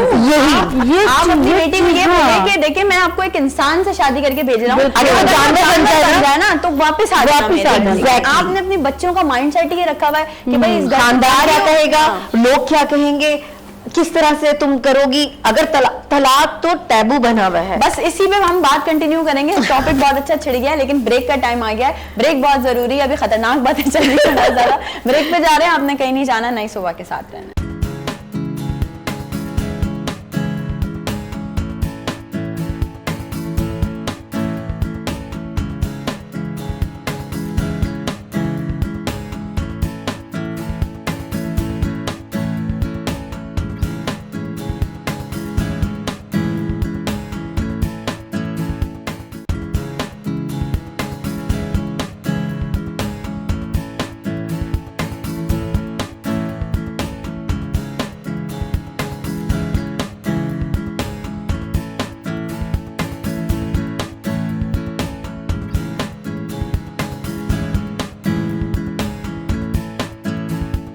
नुसरत में बहुत मजे की खतरनाक बातें भी चल रही हैं, मजे की बातें भी चल रही हैं। और मुझे अभी ब्रेक में ये बोला गया कि हमारे अंदर की सारे मामलात और जज्बात जो थे वो आज बाहर निकल कर आ रहे हैं। मुझे बहुत खुशी होती है। मैं हमेशा ये कहती हूँ कि इंसान को किसी भी प्लेटफॉर्म पे बैठ के बोलना चाहिए ना, तो नेचुरली बोलना चाहिए, बनावटी नहीं होना चाहिए। हाँ, जरूरी है कहीं कहीं आप थोड़ा बहुत चेक इन बैलेंस रख के बोलें, लेकिन बनावटी नहीं होना चाहिए। अब तीनों पर्सनैलिटीज हमारे साथ मौजूद हैं, शाइना भी हैं, नगमा कील भी हैं, राफिया भी हैं। बात करते हैं, बड़ा इंपॉर्टेंट टॉपिक है। जिंदगी में अगर आपकी पहली शादी नाकाम हो जाए, चाहे वो मर्द हो चाहे वो औरत हो, आप उसको एक टैग दे देते हो, ये हो गया है। अगर मर्द की शादी नाकाम है तो मर्द की गलती थी, अगर औरत की शादी नाकाम है तो इसका कोई बाय डिफॉल्ट कोई सीन था जो इसकी शादी नाकाम हो गई। और अगर वो चाह रहा है या चाह रही है कि वो अपनी जिंदगी को दोबारा कंटिन्यू करे एक नए जीवन साथी के साथ, तो उस पे तो फिर आप जबानें नहीं बंद कर सकते लोगों की। क्या कहेंगी? सबसे पहले आप स्टार्ट करें। देखिए, एक चीज़ सबसे पहले ये बताऊं कि मर्द को शायद इतना फेस नहीं करना पड़ता, क्योंकि हम ये कहते हैं सो कॉल्ड ये मर्दों का माशरा है। औरत के लिए बहुत बड़ा टैबू है। अगर तलाक हो जाए तो उसको सारा ब्लेम उसी पर आ जाता है कि इसको अगर डिवोर्स हुई है तो इसी में कोई फॉल्ट होगा। अच्छा, मतलब वहाँ पे सारी चीज़ें ब्लेम्स के साथ उसके ऊपर चीज़ें शुरू हो जाती है। अगर वो नई लाइफ शुरू करने जाती है, अच्छा देखा यही वजह थी कि इसीलिए तो इसने तलाक ली, क्योंकि इसको इससे शादी करनी थी। वो ये नहीं सोच रहे कि उसको भी शायद अपनी लाइफ को सेटल करना है। मर्द सेटल कर सकता है, औरत सेटल नहीं कर सकती। औरत अगर कुछ भी करने जाती है, और सबसे ज्यादा औरतें ही आवाज उठाती हैं। आई एम सॉरी टू से, हमारी खवातीन जो हैं वो ही क्रिटिसाइज कर रही होती हैं अपने ही जेंडर को। बिल्कुल सही बात। मर्द नहीं क्रिटिसाइज करते। मैं आपको ये भी बताऊं, मर्द आपको कोई भी आदमी औरतों के लिए बोलता हुआ इतना नहीं मिलेगा जितनी हमारी, स्पेशली मैं बात करूंगी जो वर्किंग सर्कल में जो खवातीन होती हैं, उनमें वो खवातीन ही नुक्स निकाल रही होती हैं। वो खवातीन ही उनके किरदार पे कहानियां गढ़ रही होती हैं। वो खवातीन ही बैठ के उनके लिए ऐसी चीजें कह रही होती हैं जिससे उस औरत के लिए भी एक लाइफ बड़ी डिफिकल्ट हो जाती है। अगर 50 लोगों में एक लेडी बैठी है और उसकी सेकंड मैरिज हुई, थर्ड हुई है, उन लोगों को नहीं पता, वही वो जाके बता रही होती हैं। आपको पता है इनकी सेकंड, भाई क्यों बता रही हैं? क्यों? अब उसकी अपनी पर्सनल लाइफ है, उसने अपनी जिंदगी कंटिन्यू की है। तो आप अगर उन 50 को नहीं पता, जिनको पता है पता रहने, जिनको नहीं पता आप उनको क्यों बता रहे हैं? उसकी वजह है, उसमें हमारा फर्ज बनता है कि हमने हमारे यहाँ, मैं वही कह रही थी ना, हमारे यहाँ बिजनेस एटिकेट्स नहीं है। हम स्टिल वो सास बहू वाला टीवी सीरियल चला रहे हैं। फेसबुक हमें मिल गया है, उस पे हम लग गए और हमें क्रिटिसाइज करना है इनकी लाइफ को, सबकी लाइफ को, क्योंकि हमें एक टूल मिल गया है कि हमने सबको क्रिटिसाइज करना है, बगैर सोचे कि आपकी एक लफ्ज से किसी की जिंदगी पे बहुत असर पड़ सकता है। और सबसे पहले अपने आप को देख लें, कहीं शायद हम में कहीं कोई ऐसी कमी मौजूद हो। तो बाज़ औक़ात ऐसा भी होता है, वही लोग बोलते हैं जो कहीं खुद कहीं से भी उनके अंदर कोई फॉल्ट होते हैं या कुछ ऐसी चीजें होती हैं जिसपे वो अपने आप को हाइड करने के लिए दूसरों की लाइफ पे शुरू खुद नहीं कर पा रहे। सबसे बड़ा इशू यही है, अदरवाइज जिंदगी बहुत आसान हो सकती है। बिल्कुल। अच्छा, मुझे ये बताइए, जब हम इक्वालिटी की बात करते हैं कि भाई वुमेन को उनके राइट्स मिलने चाहिए, उनको इक्वालिटी मिलनी चाहिए, तो बहुत सारी ऐसी सोशल हर्डल्स भी आ जाते हैं हमारे दरमियान कि नहीं भाई ये चीज़ रोक रही है वुमेन एम्पावरमेंट से, ये चीज़ रोक रही है वुमेन राइट्स से, तो उस चीज़ पे क्या कहना चाहेंगे आप? जैसे कि अभी राफिया भी ये बता रही थी ना कि हमारे यहाँ जो रोक रही होती है ना, वो खवातीन ही रोक रही होती हैं। और इसके लिए यही बात कि बार बार हम यही कहते हैं कि देखिए, जब तक अवेयरनेस नहीं होगी ना, हम खवातीन को ये शऊर नहीं देंगे तो ये चीज़ पैदा भी नहीं हो सकती, लोगों का माइंडसेट चेंज ही नहीं हो सकता है। और माइंडसेट चेंज करने के लिए बहुत ज़रूरी है कि घर में तरबियत जो है ना, मैं बार बार इसलिए जोर देती हूँ कि पहला आपकी दरसगाह माँ की गोद या घर कहा जाता है, कहा इसलिए जाता है, इसीलिए घर की हर खातून हर मर्द को बहुत पॉजिटिव सपोर्टिव होना चाहिए और माइंडसेट जो है ना अपने बच्चों के अंदर जो डेवलप करें वो बहुत पॉजिटिव करना। देखिए, ज़रूरी नहीं कि आप कुछ बिजनेस इन्वायरमेंट की बात करें। जब आपके बच्चे किसी इंस्टीट्यूट में जाते हैं, दायरे में जाते हैं, यूनिवर्सिटी में जाते हैं, सबसे पहले वहाँ उनका किरदार जाहिर होता है। अगर आपने अपने फेलोज को, क्लास फेलोज को इम्पोर्टेंस नहीं दी या उनकी इज्जत नहीं की, चाहे वो कोई भी जेंडर हो, सही है ना, हम वहाँ पे सबसे पहले बुलिंग का शिकार आपका बच्चा कहाँ होता है? स्कूल में, कॉलेज में, यूनिवर्सिटी में बुलिंग का शिकार होता है और वहीं से उसके अंदर ये चीज डेवलप हो रही होती है, जो माइंडसेट बदल होता है अच्छा हो के। और मजे की बात ये हो रही थी कि जो बुली हो रहा है उसको कोई सपोर्ट नहीं कर रहा, लेकिन जो बुलिंग कर रहा है उनको उसका सर्कल बहुत ज्यादा बड़ा होता है, लोग इंजॉय कर रहे होते हैं, कह लगा रहे होते हैं ना। तो जो बुली हो रहे हैं वो अकेला अपने आप को फील करता है, तो फिर वो क्या तरीका सीखता है, ओके मुझे भी बुलिंग करना है, मुझे भी वापस दुनिया को वही रिटर्न करना है जो मुझे मिल रहा है। तो ये माइंडसेट नेगेटिव इस तरह क्रिएट होते हैं, वो फिर हर चीज़ सोशल आपकी डेवलपमेंट में शामिल होते हैं ना, तो ये सब चीज़ें आपस में जुड़ी हुई हैं माशरे के। उसमें आपकी विमेन एम्पावरमेंट हो गई, इंडिपेंडेंस हो गई, आपकी सेल्फ वर्थ हो गई, आपकी डिटर्मिनेशन हो गई। वहाँ आप कमज़ोर कहाँ पड़ते हैं? कमजोर पड़ते ही तब है ना जब आप अपने आप को तन्हा महसूस करते हैं। ऐसा ही जब आप मजबूत तब होते हैं जब आपको पता होता है कि अगर मैंने कोई और काम भी स्टार्ट किया तो मुझे सपोर्ट तो मिलनी है फैमिली से पहले, घर वालों से, बहन भाइयों से, अपने फैमिली से। आपको सबसे पहले रोकता कौन है?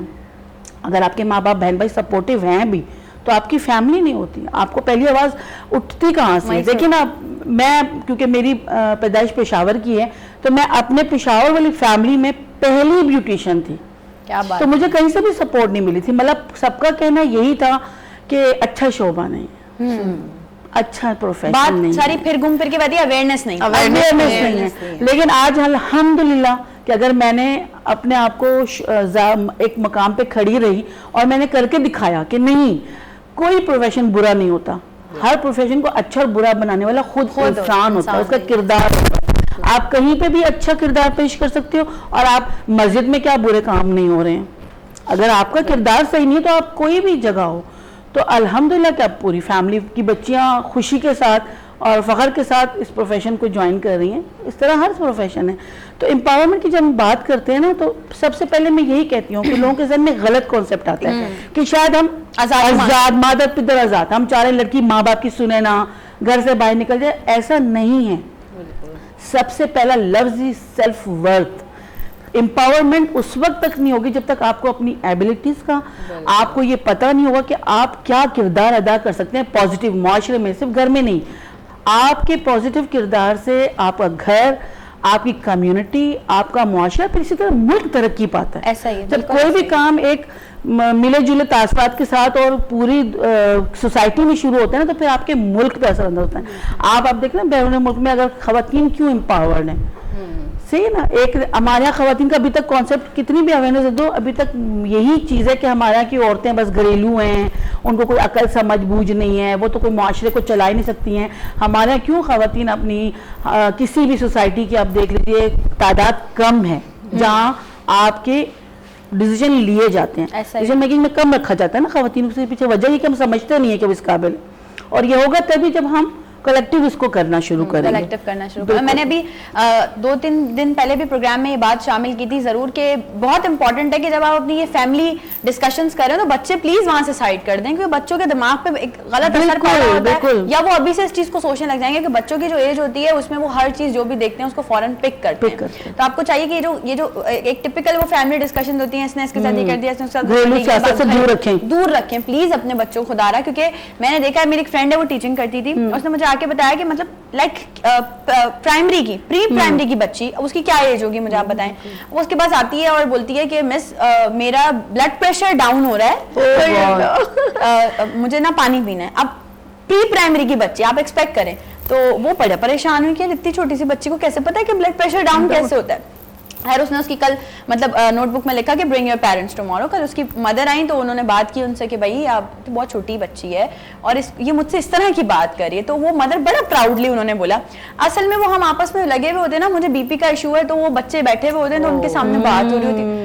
तो शी वाज लाइक, उसने बोला कि नहीं, ये नहीं होना चाहिए, क्योंकि उसको जिस चीज का मतलब ही नहीं पता वो वर्ड बोल रही है। आज उसने ये बोला, कल को कोई ऐसा वर्ड भी बोल सकती है जो लोग सुने और बोले कि यार ये बच्ची की क्या तरबियत हुई। तो एग्जैक्टली वही जो हम बात कर रहे थे कि जब तक आप लड़की को एम्पावर नहीं करेंगे कि वो एजुकेशन हासिल करे, अपने आप को स्किल्ड करे, तब तक वो आपकी नस्ल को अच्छी तरह से ग्रो नहीं कर पाएगी, उस तरह से नहीं एम्पावर कर पाएगी। शायना आप क्या समझती हैं इस बात को? बिल्कुल सही कह रही हैं। और मैं एक बात ये आपके साथ शेयर करना चाह रही थी कि मेरी फैमिली से, मेरी फ्रेंड सर्कल से बहुत सारी लड़कियां मुझे कॉल करती हैं कि हम ये ऑनलाइन बिजनेस करना चाह रहे हैं या क्लोथिंग का बिजनेस करना चाह रहे हैं, क्योंकि हम आपको देखते हैं आप इतनी अच्छी तरह लेके चल रही हैं, तो हमने आपको अपना रोल मॉडल बनाया। वो रोल मॉडल मुझे बोलती हैं तो मैं बहुत प्राउड फील करती हूँ।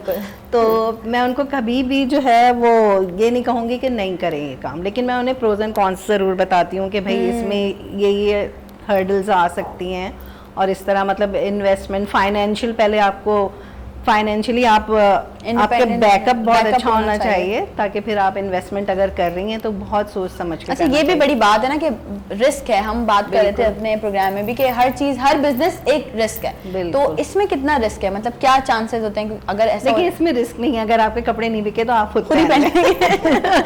ये तो है, लेकिन वो फिर भी एक फील तो आता है कि मतलब इतनी मेहनत की, इतनी चीजें बिल्कुल, ये कस्टमाइज है, फिर फैशन ट्रेंड्स जल्दी जल्दी चेंज हो रहे होते हैं, तो ज़्यादातर कोशिश ये करना चाहिए कि जो है ना आप एक तो अपनी नाप के कपड़े सिलवाएं, जो भी ये मेजरमेंट है ये पॉइंट है।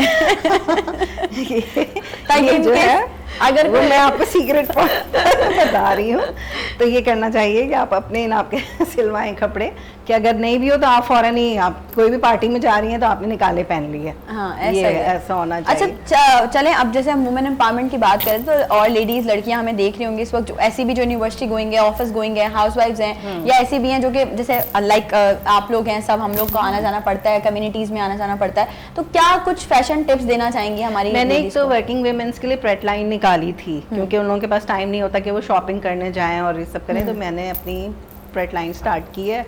तो उसमें मैं बस ये ज़्यादा ख्याल रखती हूँ कि कंफर्टेबल हों क्लोथ्स। हाँ, एग्जैक्टली, कंफर्टेबल होना तो चाहिए। ये है मेरा मतलब, बच्चों को भी यही कहूँगी कि ज़्यादातर ऐसे ड्रेसिंग करना चाहिए जो उनके लिए कंफर्टेबल हो, कि वो जब ऑफिस जाएंगी, जॉब पे जाएंगी, तो वो इजी फील करें उसमें। थोड़ा सा प्रिंट्स के बारे में भी बताएं, आजकल क्या ट्रेंड में है, कैसे कपड़े पहनने चाहिए? अच्छा, आजकल ये है कि मुझे तो फ्लोरल प्रिंट्स बहुत अच्छे लगते हैं, लेकिन मैं एक एडवाइस दूंगी कि अगर कोई बल्की है बच्ची, तो उसको जो है वो स्ट्राइप्स में कपड़े ज़्यादा पहनना चाहिए, ताकि स्लिम लुक आए। उसको जो है वो बड़े बड़े ये फ्लोरल प्रिंट्स नहीं पहनना चाहिए। Okay. ठीक है, और दूसरा ये कि लाइट कलर्स पहने, और ब्लैक कलर अगर पहनेंगी तो उसमें बहुत स्लिम लुक आती है। ब्लैक में तो वैसे ही, वो तो ब्लैक तो ऑलवेज पार्टीज फेवरेट वाला में कलर। कोशिश करें कि ब्लैक कलर ज़्यादा पहने, उससे ये होता है कि आपकी स्लिम लुक आती है। तो ये सारी फैशन टिप्स आप लोग प्लीज कंसीडर करें, अपने पास लिख लें कि अब आप लोगों ने किस तरह से जो है थोड़ा सा, मतलब वो कहते हैं ना, आप लोगों को पता है, सब पता है कि क्या पहनना है क्या नहीं पहनना, आप शॉपिंग भी कर रही हैं, आप सब कुछ कर रही हैं, जस्ट एक कोई पिक पॉइंट होता है कि आपको एक जरा सी बात पता चल जाए और उससे आपकी पूरी पर्सनालिटी चेंज हो जाती है। Exactly. आपका वे ऑफ थिंकिंग चेंज हो जाता है, आपका सोचने का नजरिया बदल जाता है, आपका देखने का नजरिया बदल जाता है, आपका काम करने का नजरिया बदल जाता है। और ये मेरे साथ भी बहुत हुआ है, और हमारी आजकल की जो औरतें हैं वो बहुत एम्पावर्ड भी हैं, वो सीखने की कोशिश भी करती हैं। कल हम एक चीज़ डिस्कस कर रहे थे कि यहाँ पे वर्कशॉप्स होती हैं, सेमिनार्स होते हैं, आप लोग भी करते हैं, और बहुत सारी चीज़ें ऐसी होती हैं, मोटिवेशनल सेमिनार्स होते हैं, मोटिवेशनल स्पीकर्स आते हैं, बात कर रहे होते हैं, जैसे कि आप लोग कर रहे होते हैं। मैंने बहुत सारी लेडीज ऐसी देखी हैं जिनसे जब बाद में पूछा जाता है कि मतलब what you get out of it, तो वो कहती है नथिंग, हम तो जस्ट नेटवर्किंग के लिए आए थे। तो मतलब क्यों, ऐसा क्यों है? ऐसा ही है, क्योंकि असल में हमने भी वो नेटवर्किंग सेशन जो है ना, वो सिर्फ खानापुरी के लिए करने होते हैं, मोस्टली इसी तरह से हो रहा है। जो हमारा भी ऑब्जेक्शन है, जो हम अपनी टीम में भी डिस्कस कर रहे होते हैं, कि हमने वो चीज़ नहीं करनी कि बस एक सेशन है, हमने उसको करना है क्योंकि हमने दिखाना है सबको कि हमने ये सेशन कर लिया, वहाँ पे भी 4 लोग आ गए, उनका कोई इंटरेस्ट नहीं था, और उसके बाद बस पिक्चर्स खींची और हमने सोशल मीडिया पे डाल दिया कि ये हो गया। ये वो चीज़ है जिसकी कोई ज़रूरत नहीं है, फायदा नहीं हो रहा है, फायदा नहीं है। अच्छा, हमने अभी लास्ट ईयर किया था ब्रेस्ट कैंसर का, तो आप यकीन करें उसमें सब रो रहे थे बाकायदा, इतने कनेक्टेड थे। क्यों? कि हमने वहाँ पे फर्स्ट टाइम ये रखा था, टेल योर स्टोरी। जो जितनी ब्रेस्ट कैंसर जितनी खवातीन थी ना, जो इस सर्वाइवल से गुजरी थी, हमने उनको बुलाया था और उन्होंने अपनी जब स्टोरी, मेरा अभी भी रोंगटे खड़े हो रहे हैं कि वो जब बता रही थी, आप यकीन करें हम लोगों में से किसी के भी आंसू रुक नहीं पा रहे थे, क्योंकि हम कनेक्ट हो गए थे। तो मैं ये कहती हूँ कि जब भी आप कोई चीज़ करें, कोई सेशन करें, कोई चीज़ करें, कनेक्टिविटी होनी चाहिए। आप अच्छा, अभी क्या हुआ, बिजनेस डेवलपमेंट का सेशन है, खवातीन को वो चीज़ पढ़ाई जा रही है, उन्होंने बेसिक तो पढ़ा नहीं है, आप उनको सिखा रहे हैं फाइनेंस कैसे करना है, ये कैसे करना है, उनको बेसिक कंप्यूटर ओपन करना नहीं आता, पहले ये तो सिखाएं। बिगेस्ट मोबाइल यूज एंड करना बिगेस्ट आता। पॉइंट है ये। ठीक है, आप उनको डायरेक्ट एक ट्रेनिंग सेशन दे रहे हैं, वो आ रही हैं, वो बैठ रही हैं, सर्टिफिकेट ले रही हैं, लोगों को बताएंगे हमें सर्टिफिकेट मिल गया, लेकिन बीबी उनको नॉलेज, उनको सिखाएगा कौन? तो हम जो अभी कोशिश कर रहे हैं कि हम ट्रेनिंग सेशन डायरेक्ट उनको लैपटॉप्स पे दें, ग्रेट। ताकि इस तरह से देखिए, ये सेशन नहीं होता आपने सामने लगाया, उनमें से कितनों को तो समझ नहीं आया, किसी ने पीछे बैठी उन्होंने देखा ही नहीं, सामने के सर से उनको नजर ही नहीं आ रहा कि हो क्या रहा है। तो चीजें ऐसे नहीं होती हैं कि सिर्फ खाना पूरी के लिए की जाए। आप अगर ट्रेनिंग सेशन दे रहे हैं, आप अगर सेमिनार्स कर रहे हैं, कनेक्टिविटी होनी जरूरी है, बहुत जरूरी है। तो हमारे यहाँ ये एक जो मैं कहूंगी कि हमें सब में जो कमी मौजूद है, जो इसीलिए आपको भी वो जवाब आता है कि हम तो गए थे नेटवर्किंग के हाँ, यही लिए, बात। लोगों ने इसको सिर्फ नेटवर्किंग ही बना लिया कि हम मतलब आपको- जाएंगे लेकिन अब attend बात ये है कि करेंगे। जैसे आप लोग हैं, जाहिर है आप लोगों के पास, आप लोग भी अपना टाइम निकालते हैं, सोचते हैं कि मैं हम जाएं, हम वहाँ पे उनसे बात करें लेडीज से, क्योंकि आप चाहते हैं कि पाकिस्तान की अवाम में जो खवातीन है वो खुद मुख्तार बने। अब उनको ये तो सोचना चाहिए एटलीस्ट कि अगर एक बंदी हमारे लिए टाइम निकाल कर आ रही है, वो हमसे बात करी, तो हम एटलीस्ट 5 बातों में से 4 बातें ही फॉलो कर लें, 5 बातों में से एक बात तो फॉलो कर लें कम से कम। अच्छा देखिए, ऐसा होता है ना कि जब इस तरह के सेशन होते हैं, जैसे नो डाउट जब अभी नगमा का मैंने अटेंड किया, इनका एक ब्यूटिशियन का था, आपको एक और चीज यहाँ ऐड करूंगी, शी इज द वन कि जिन्होंने ब्लाइंड गर्ल्स को मेकअप करना सिखाया। दैट्स ग्रेट, ग्रेट, जबरदस्त। ये एक अदर एम्पावरमेंट लेवल है। तो आप यकीन करें, इस तरह की चीजों में हम कनेक्ट हो जाते हैं। आपको चीजें क्रिएट करनी होती हैं। आप अगर ये ऐसे वाले सेशंस रखेंगे कि उन्होंने आना है, बैठना है, स्क्रीन पे देखना है, सब कुछ चल गया, वो चीजों में आप कनेक्टिविटी नहीं आ आती। सकती। एक चीज और भी है ना राफिया, हमारे यहाँ कि कौन कितने इवेंट्स करा रहा है, जैसे इवेंट ये तो मैनेजमेंट एक कंपनी बन गई है competition हो गया ना, कि हाँ, competition इस हो ग्रुप गया। ने कितने कराया, इस क्लब ने कितने कराया, ये चीज जो है ना हमें खत्म करनी है। हमें एक प्लेटफॉर्म पे आके काम Exactly. करना है। एक चीज और कि जैसे अभी बात हुई ना इन्वेस्टमेंट की, तो अब देखिए सोशल मीडिया का इस्तेमाल या उनका तरीकेकार सिखाने के बाद इन्वेस्टमेंट भी सामने हो गई है। अगर आपको तरीका अपना बिजनेस डेवलप करने का जब आ जाए ना, तो इन्वेस्टमेंट फिर आपको इतनी इंपॉर्टेंस नहीं रखती, ठीक है ना। खातून को पता होना चाहिए कि मेरी मार्केट में डिमांड किस चीज की है, या मैं क्या क्रिएट कर रही हूँ, और इसको मैंने सेल कैसे करना है, आपका कनेक्शन आपके क्लाइंट्स के साथ कैसे होगा। अगर ये आ गया ना, ये स्किल्स आना बहुत जरूरी है। आपने बहुत बड़ी इन्वेस्टमेंट कर दी, लेकिन आपको अपनी क्लाइंट के साथ कनेक्टिविटी ही नहीं है, या आपको सोशल मीडिया का इस्तेमाल ही नहीं आ रहा, तो शायद वो बिजनेस फ्लॉप हो जाए। लेकिन आप थोड़ी सी इन्वेस्टमेंट, क्योंकि हमारे पास खवातीन को सबसे बड़ा ज्यादा खौफ इन्वेस्टमेंट और उसके डूब जाने का होता है, क्योंकि उसने शुरू में स्टार्ट में अपने फादर या हस्बैंड या भाई से लेके काम शुरू किया होता है, होता है कि अगर ये डूब गया तो मुझे सपोर्ट जो मिल रही है वो भी नहीं मिलेगी। तो इसके लिए बहुत जरूरी है कि हमारी खवातीन अपनी ये डिजिटलाइज हो, इस चीज को समझें, सीखें और इस्तेमाल करें। हमारे खाती को क्या कहते थे घर में भी, अम्मी को तो मोबाइल इस्तेमाल करना नहीं आता। मैं बच्चों से कहती हूँ ये जुमला बोला कैसे, आप बैठ के सिखाओ कि अम्मी ये मोबाइल ऐसे इस्तेमाल करना है, आपने ये ऐप ऐसे इस्तेमाल करना है, ठीक है ना। अब हम जो वॉचेस भी पहन रहे हैं ये भी हमारे मोबाइल से कनेक्ट है ना, अगर हमें यूज करना नहीं आएगा तो हम कैसे इस्तेमाल करेंगे। तो बच्चों को मैं हमेशा ये कहती हूँ कि आप ये मत बोलो कि अम्मी आपको तो इस्तेमाल नहीं आता, आप ये बोलो अम्मी बैठिए मैं आपको सिखाती हूँ कि ये कैसे होगा। सब कुछ सीख सकते हैं, कोई भी ऐसी मुश्किल चीज नहीं है। बिल्कुल ऐसे। और आजकल तो वैसे ही अगर हम बात करें सोशल मीडिया की, तो सोशल मीडिया ने तो वैसे ही बहुत सारी हमारे लिए फैसिलिटीज दे दी हैं। बहुत टेक्नोलॉजी का जितना इस्तेमाल हमारी जिंदगी में मैं नहीं समझती वो फायदेमंद है, और कई कई नेगेटिव साइड्स भी हैं इसके, जब हम देखते हैं डिपेंड ऑन अस ना। हाँ बिल्कुल, हम पे भी डिपेंड करता है। और दूसरा ये कि सामने वाला जब जिसको आप समझाने की कोशिश कर रहे हो कि भाई एक चीज के अगर पॉजिटिव साइड्स हैं तो उसके नेगेटिव साइड्स भी हैं, तो वो आपको पॉजिटिवली देख रहा है या नेगेटिव देख रहा है, ये उसका पॉइंट ऑफ व्यू है, ये वो सोच रहा है। तो सोशल मीडिया हमारी जिंदगी में बहुत जरूरी है, और हमारी जिंदगी में जैसे सोशल मीडिया जरूरी है, ऐसे हमारे प्रोग्राम के बीच में ब्रेक भी बहुत जरूरी है। तो हम जा रहे हैं एक छोटी सी ब्रेक पे, आपने कहीं नहीं जाना, नई सुबह के साथ रहना।